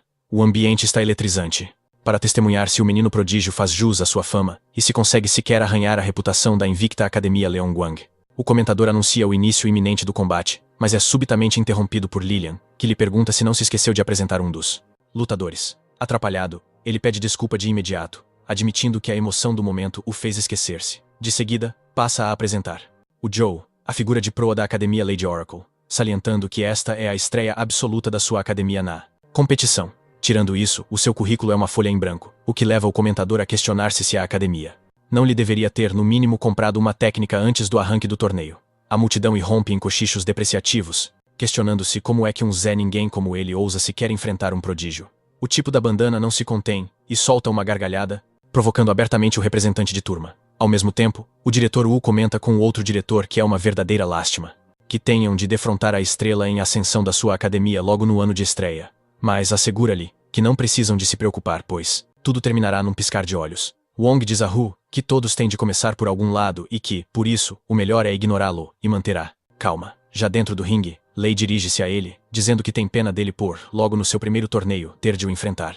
Assim, contudo, o nosso protagonista avisa-o para estar bem atento ao combate. De repente, Lei lança-se na direção do nosso herói, aparecendo mesmo ao seu lado. Com arrogância, afirma que vai começar este combate usando apenas 10% do seu poder total, para que, mesmo que ele perca o seu primeiro combate, possa pelo menos salvar as aparências. Lei acha que está a ser magnânimo, mas o nosso herói está farto daquela conversa, pois já lhe tinha dito para lutar a sério. Nesse instante, o comentador exclama que o prodígio não consegue conter o seu entusiasmo, e declara que o combate final da primeira ronda começa oficialmente. Dito isto, Lei usa a sua velocidade estonteante para atacar o nosso herói, movendo-se tão depressa que parece ter usado o jutsu dos clones da sombra, criando várias cópias de si mesmo. E, para piorar, todos eles atacam em perfeita sincronia. Os outros competidores que assistem pensam que vai ser praticamente impossível derrotar o prodígio. O diretor Wu, por sua vez, está convicto de que ninguém o consegue vencer. O próprio gênio pensa que o nosso rapaz está paralisado por não conseguir sequer acompanhá-lo com o olhar, e acredita que o único que alguma vez lhe poderia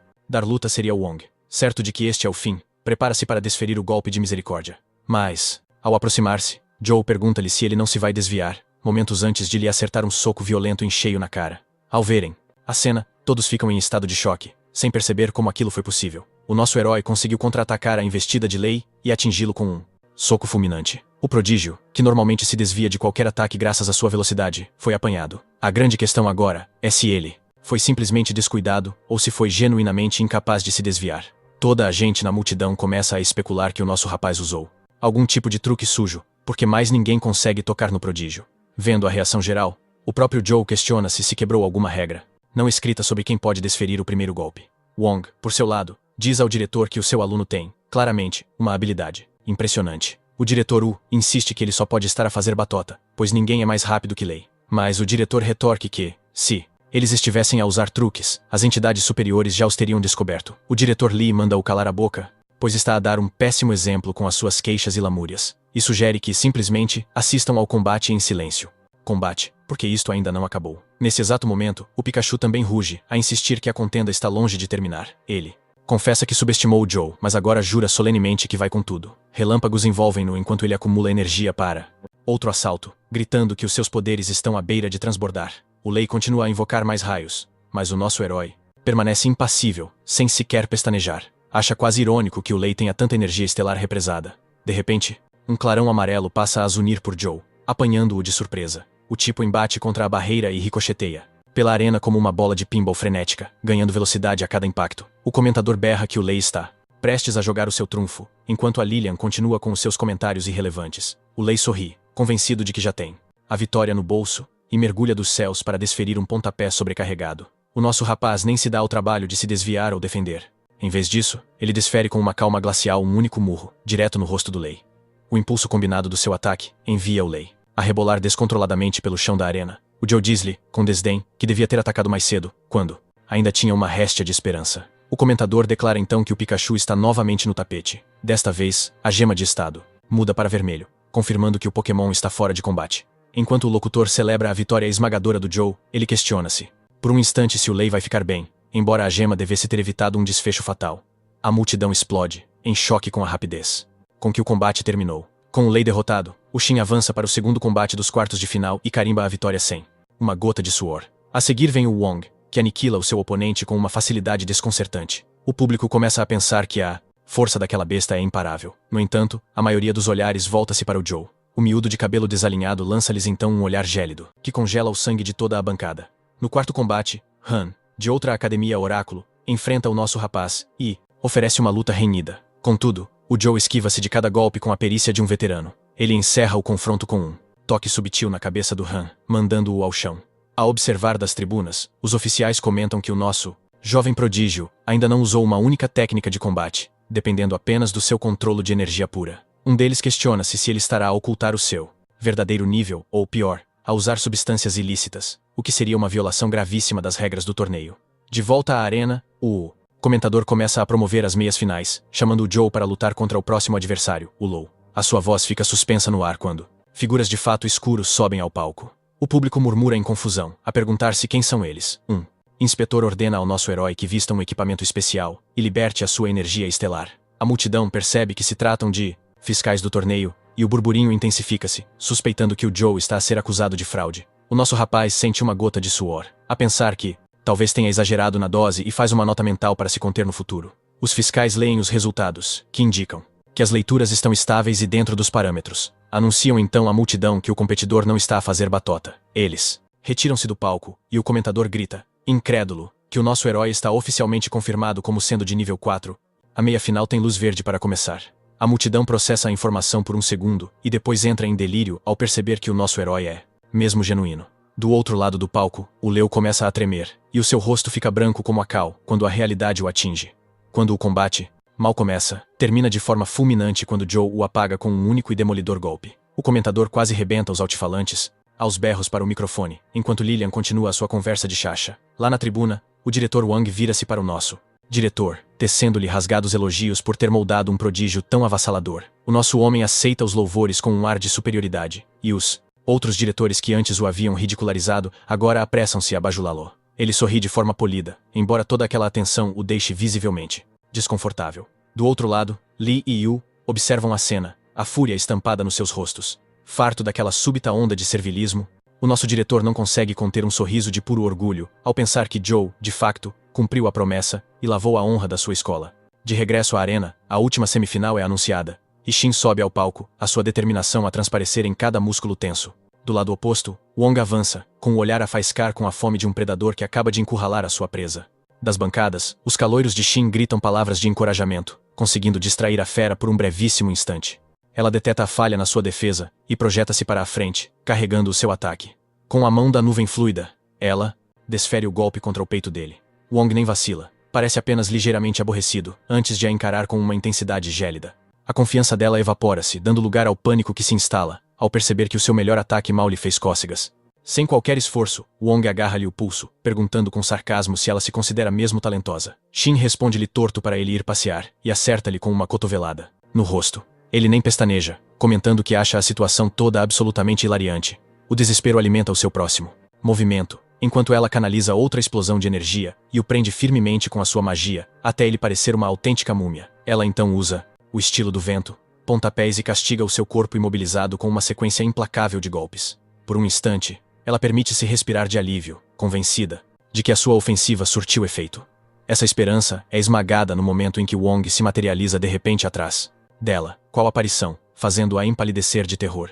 Incrédula, ela tenta virar-se, a sua mente a gritar como é que ele se moveu tão depressa, mas é tarde demais. Ele afunda-lhe o punho no corpo, libertando as suas artes da fúria de sangue e projeta-a violentamente contra a barreira, que se desfaz em 1000 pedaços. No meio da chuva de estilhaços, Shin cai de joelhos, a lutar por cada golfada de ar. Enquanto o comentador declara a vantagem esmagadora de Wong, os seus caloiros desviam o olhar, as lágrimas aturvarem-lhes a vista, incapazes de assistir à sua completa a vê-la a ser completamente esmagada. O diretor Wong aperta os punhos, para que não vacile. Chin fica paralisada, o olhar fixo na etiqueta vermelha caída junto a si. Com a voz a tremer, ela sussurra que a derrota não é uma opção.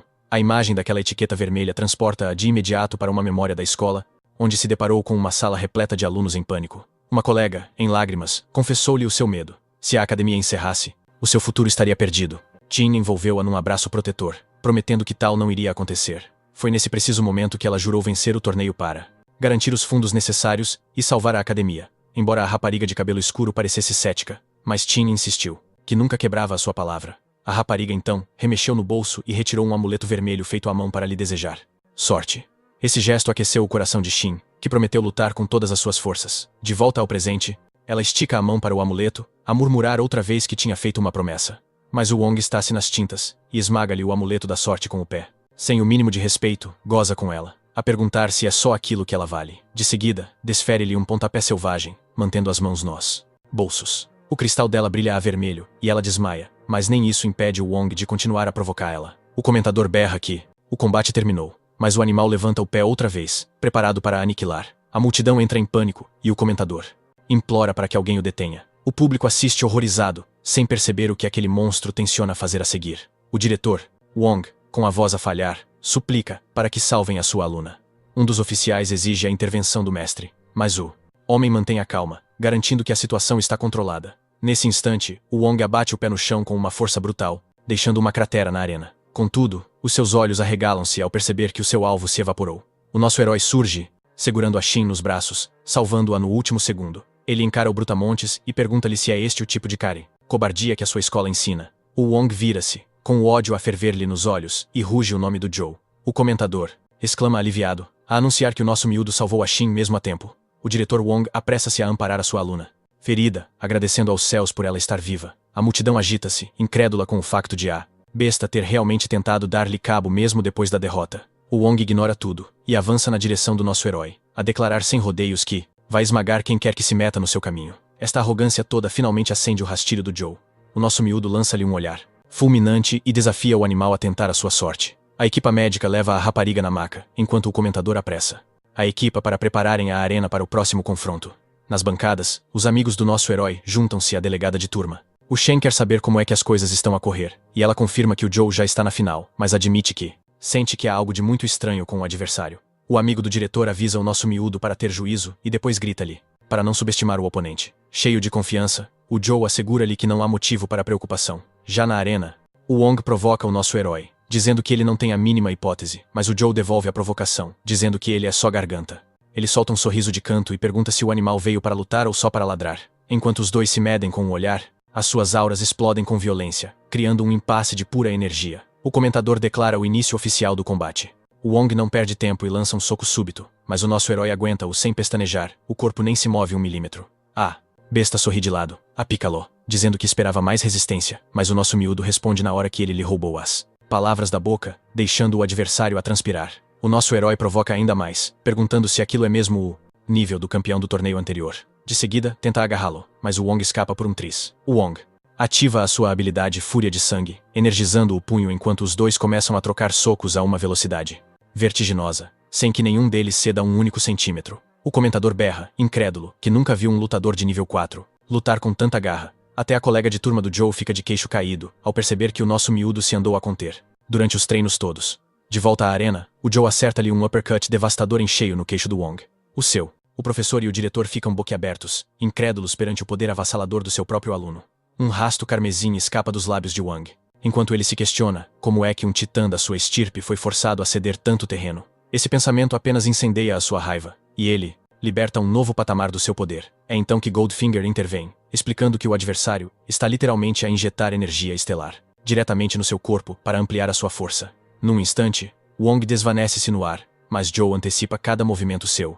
Ele prepara-se para desferir uma cotovelada, pensando que a velocidade de nada vale contra a sua percepção sobre-humana. Entretanto, na sala de controlo, um oficial questiona o mestre, apreensivo, sobre a necessidade de verificar o nível de Wong, dado que este está a escalar a uma velocidade alarmante. Sereno como sempre, ele esclarece que são apenas as artes da fúria de sangue da sua família a elevá-lo temporariamente um patamar, por isso não constitui qualquer infração. De seguida, admite que o verdadeiro enigma é o nosso protagonista, que ainda se contém. E o mestre mal pode esperar para ver o verdadeiro limite daquele jovem prodígio. De volta à arena, os dois guerreiros continuam a trocar golpes. A uma velocidade vertiginosa, numa dança de fúria e poder.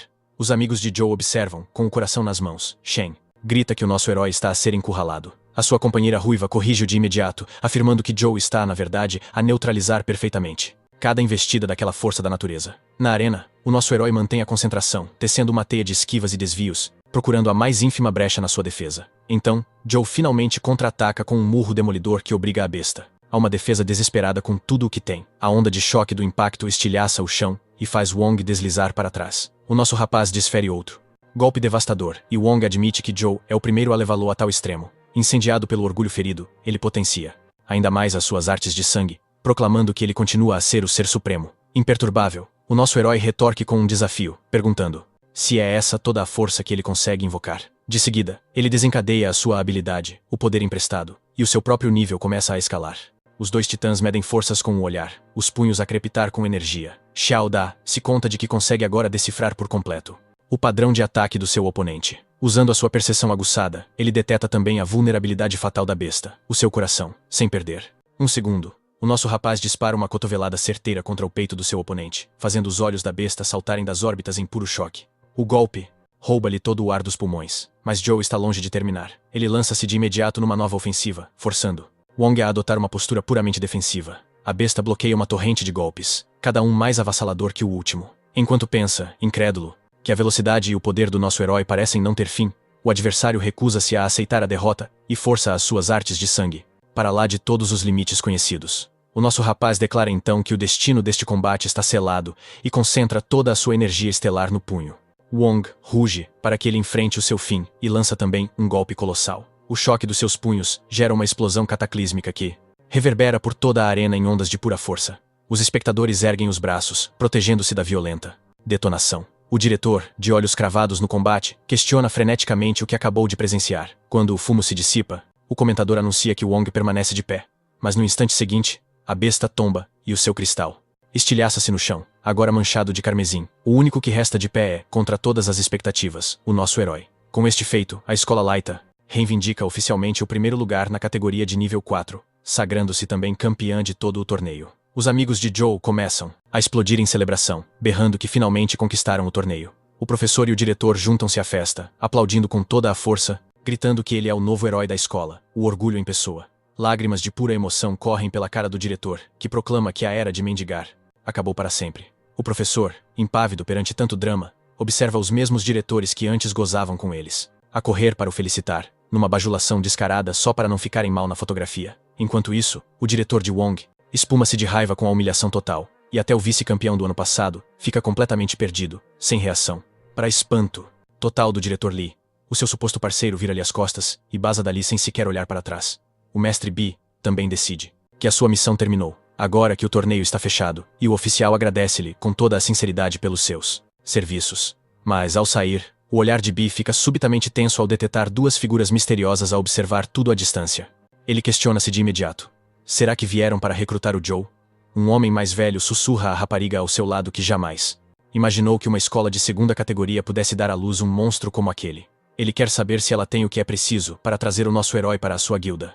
A rapariga Lynn confessa que foram amigos de infância, mas que agora o Joe parece nem se lembrar dela. Ainda assim, ela promete que vai jogar todas as suas cartas para o trazer para o lado deles. De volta à arena, a equipa campeã posa, cheia de orgulho, no palco. Os flashes disparam sem parar enquanto o diretor aproveita o momento para promover a escola Laita em direto, espremendo a vitória até a última gota. O nosso herói força um sorriso para as câmeras, a pensar que esta parte é bem mais dura que o combate a sério. No dia seguinte, o diretor chama-o ao seu gabinete e admite que lhe deve um favor gigantesco por ter assegurado a vitória.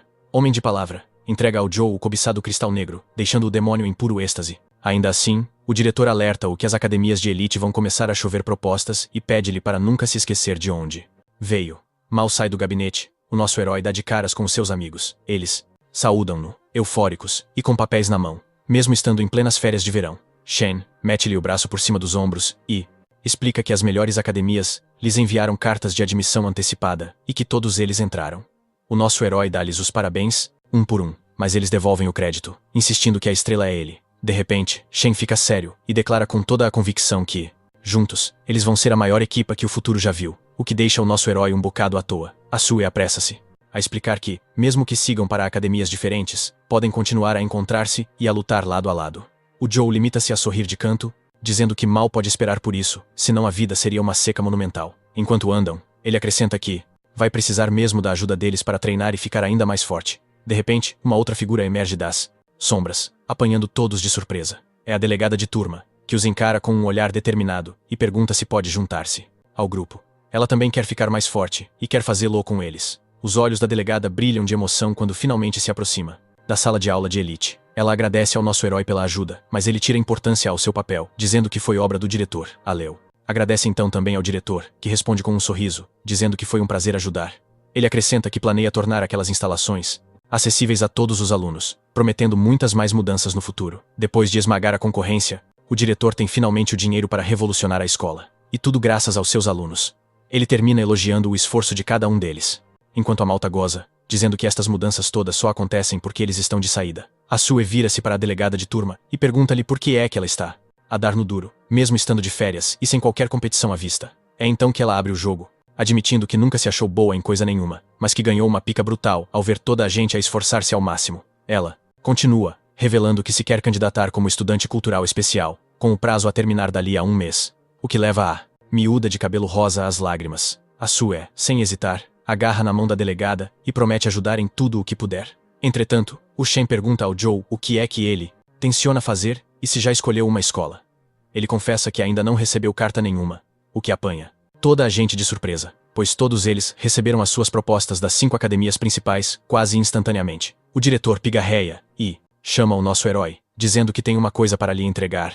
Põe-lhe um envelope vermelho na mão e explica que aquilo acabou de chegar. O Shane respira de alívio, comentando que sabia que era impossível o nosso rapaz ter sido esquecido. O Joe lê a carta com toda a atenção e anuncia que é da Academia Dawn. O nome deixa todos em choque e o loiro berra que essa é a academia no topo da cadeia alimentar. O nosso rapaz pede-lhe para explicar melhor, e ele entra logo em modo de narração. Ele conta que existem 5 academias de topo, autênticos símbolos de autoridade e poder. Contudo, há uma que se destaca de todas as outras, a Academia Dawn, que tem carta branca para recrutar qualquer aluno que lhe apeteça. O Joe questiona então por que não são 6 academias em vez de 5. O diretor responde que o verdadeiro valor daquela academia está noutro patamar, e que todas elas foram criadas para Tamentra combater a fenda. A sua expressão fica séria ao avisar que a informação é altamente confidencial, mas mesmo assim concorda em contar-lhes tudo. A fenda, explica ele, é outra dimensão, pejada de monstros com um poder absurdo. Se eles conseguirem escapar para o nosso mundo, o caos será absoluto. É precisamente por isso que são enviados emissários para erradicar esses monstros sempre que estes portais se abrem. E embora limpar uma fenda seja extremamente lucrativo, o risco é demasiado elevado. O diretor revela que já fez parte de um esquadrão de limpeza de fendas. No entanto, bastou a morte de um membro-chave para lançar a equipa inteira no Toiski, mais completo caos, e acabou por ser desmantelado. Embora as outras academias também exijam que os alunos limpem fendas, a Dawn está simplesmente noutro nível, por isso avisa-o para pensar com muito cuidado. O diretor garante a Joe que as outras academias ainda estão disponíveis para ele, e que não devia arriscar a sua vida desnecessariamente. No entanto, a decisão dele já está tomada, e ele afirma que se vai juntar a Dawn. O diretor dá um sorriso, como se já soubesse a resposta, e comenta que ele irá, sem sombra de dúvida, atingir novos patamares. O Shen mete-lhe o braço ao ombro e diz que vão ficar mais fortes juntos, e que assim a fenda vai ser canja para todos eles. O loiro repara então que o prazo de inscrição termina em apenas 10 dias, quando normalmente dura cerca de meio ano, o que deixa o nosso herói a suar frio. Ele diz-lhes que tem de se começar a preparar e que não pode treinar a delegada, mas a Malta. Garante-lhe que eles tratam do assunto. Ao regressar ao seu apartamento, ele começa a fazer uma lista de tudo o que precisa.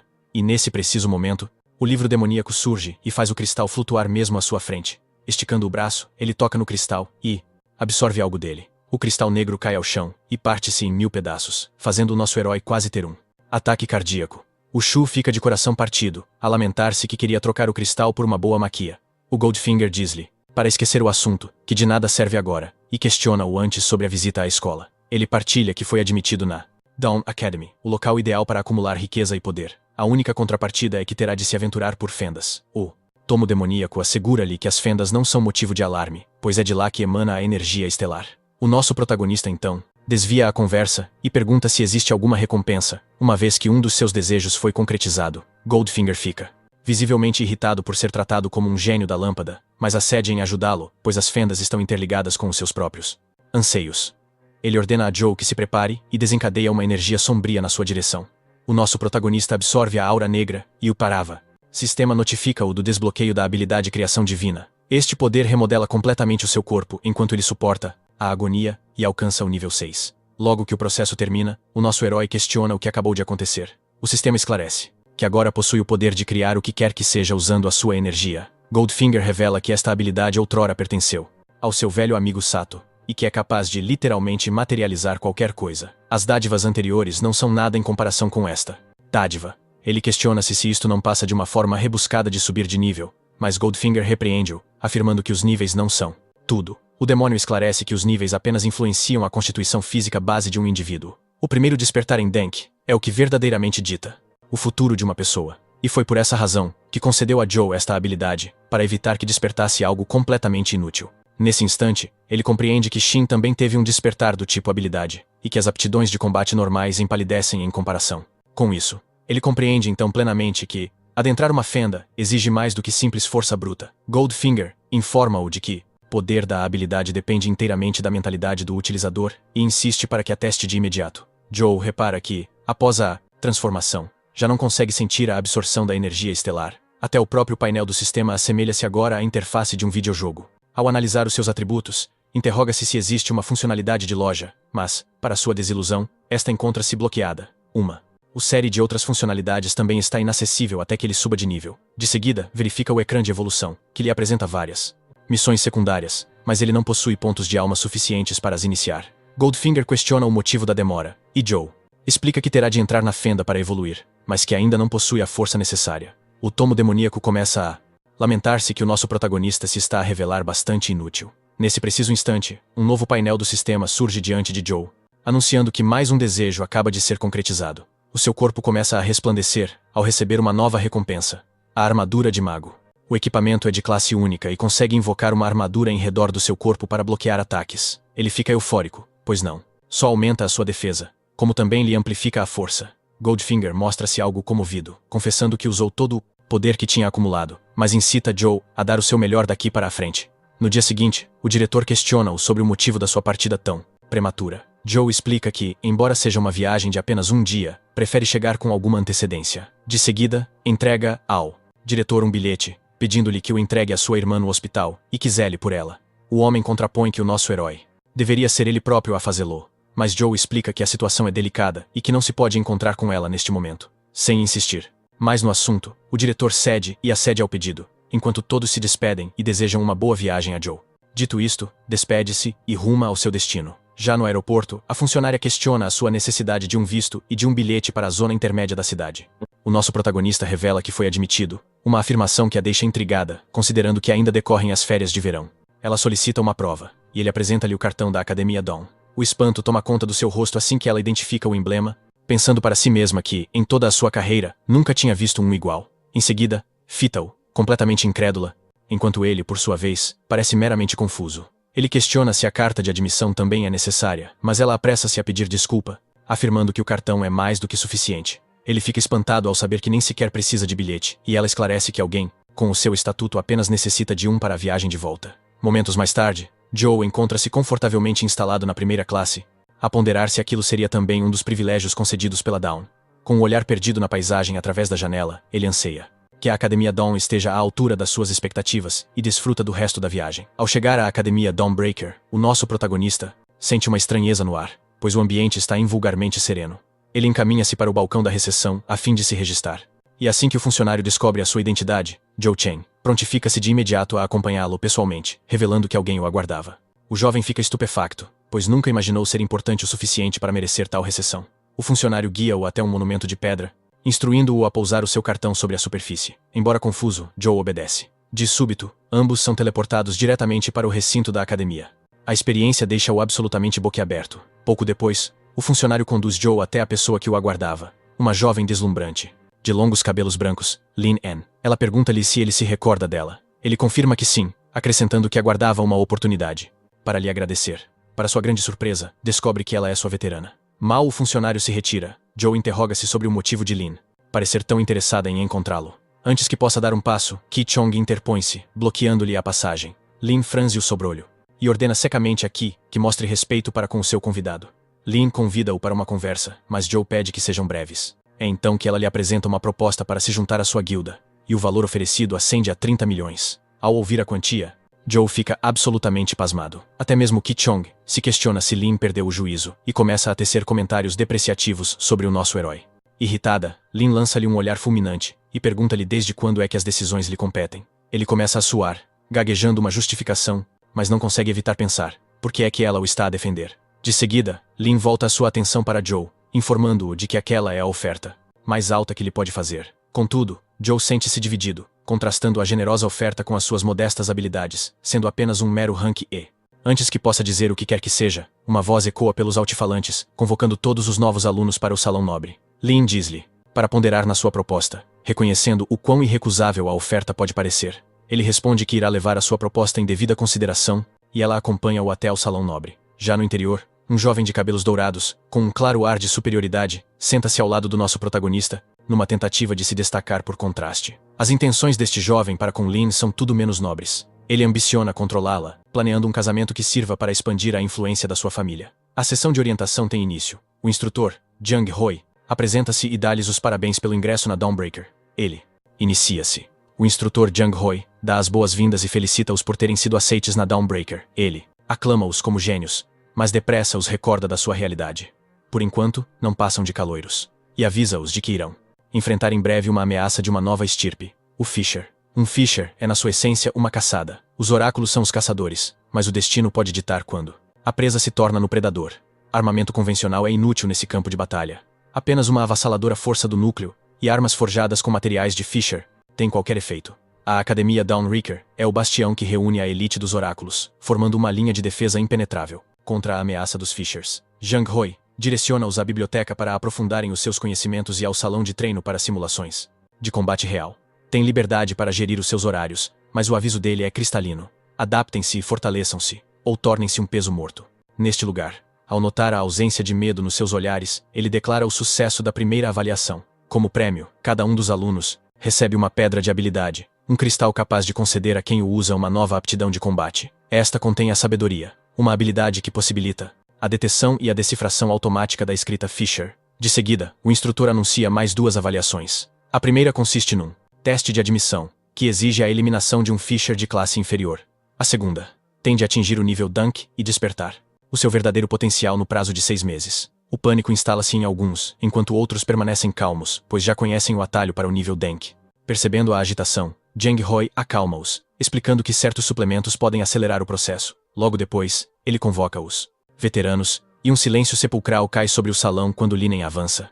A sua beleza e aura simplesmente inegáveis. O instrutor prossegue, explicando aos alunos que os veteranos serão os seus mentores durante a avaliação de caloiros. O instrutor continua, instruindo os novatos a escolherem os seus mentores. Os queixos caem por toda a sala. Ninguém acredita que Linen está ali, em carne e osso, a herdeira da Guilda Shenhua. Um rapaz põe-se de pé, a suplicar para ser o seu escolhido, declarando que ela é a única razão pela qual se alistou na academia. Linen, contudo, rejeita-o friamente, explicando que apenas aceita aprendizes do tipo mágico, e a especialidade do aluno é força bruta. Outro candidato, movido pela pura devoção, jura que aprenderá magia só para a ter como mentora, mesmo sendo um mestre da força, mas ela recusa-o também. Um após o outro, ela dispensa todos os candidatos, os seus padrões são absurdamente elevados. A paciência do instrutor começa a esgotar-se. Ele exige que ela escolha pelo menos um novato, com o aviso de que, se não o fizer, será ela a enfrentar as consequências. Responsável por quem quer que reste no fim. Na multidão de alunos, o jovem de aspecto distinto observa, cheio de confiança, convencido de que a escolha recairá sobre si, quer por decisão de Linen ou por força das circunstâncias, um cenário onde só tem a ganhar. É então que Zhou Chen se ergue, oferecendo-se para ser seu protegido. A sala mergulha num silêncio tenso, pois ninguém imaginava que ela fosse aceitar. Mas quando ela anui, o choque percorre toda a audiência. Mais tarde, já na sala de missões, Zhou confronta-a com a sua decisão, querendo saber por que motivo o escolheu a ele, e pagou um preço tão elevado por alguém tão inexperiente. Linen responde-lhe de forma simples, dizendo que tem as suas razões pessoais, que irá revelar após o teste. De seguida, apresenta-lhe a equipa designada para a sua avaliação iminente. Su Han, a supervisora, apenas intervirá em caso de perigo de vida, e qualquer interferência da sua parte levará a uma reprovação imediata. Liu Yi, a curandeira, assegura o suporte e a recuperação, enquanto Jolin se ocupa dos ataques à distância. Liu Yi, o líder da equipa, é quem comanda as formações e toma as decisões táticas. Leroy repara que o nosso herói está de mãos a abanar e questiona-se se ele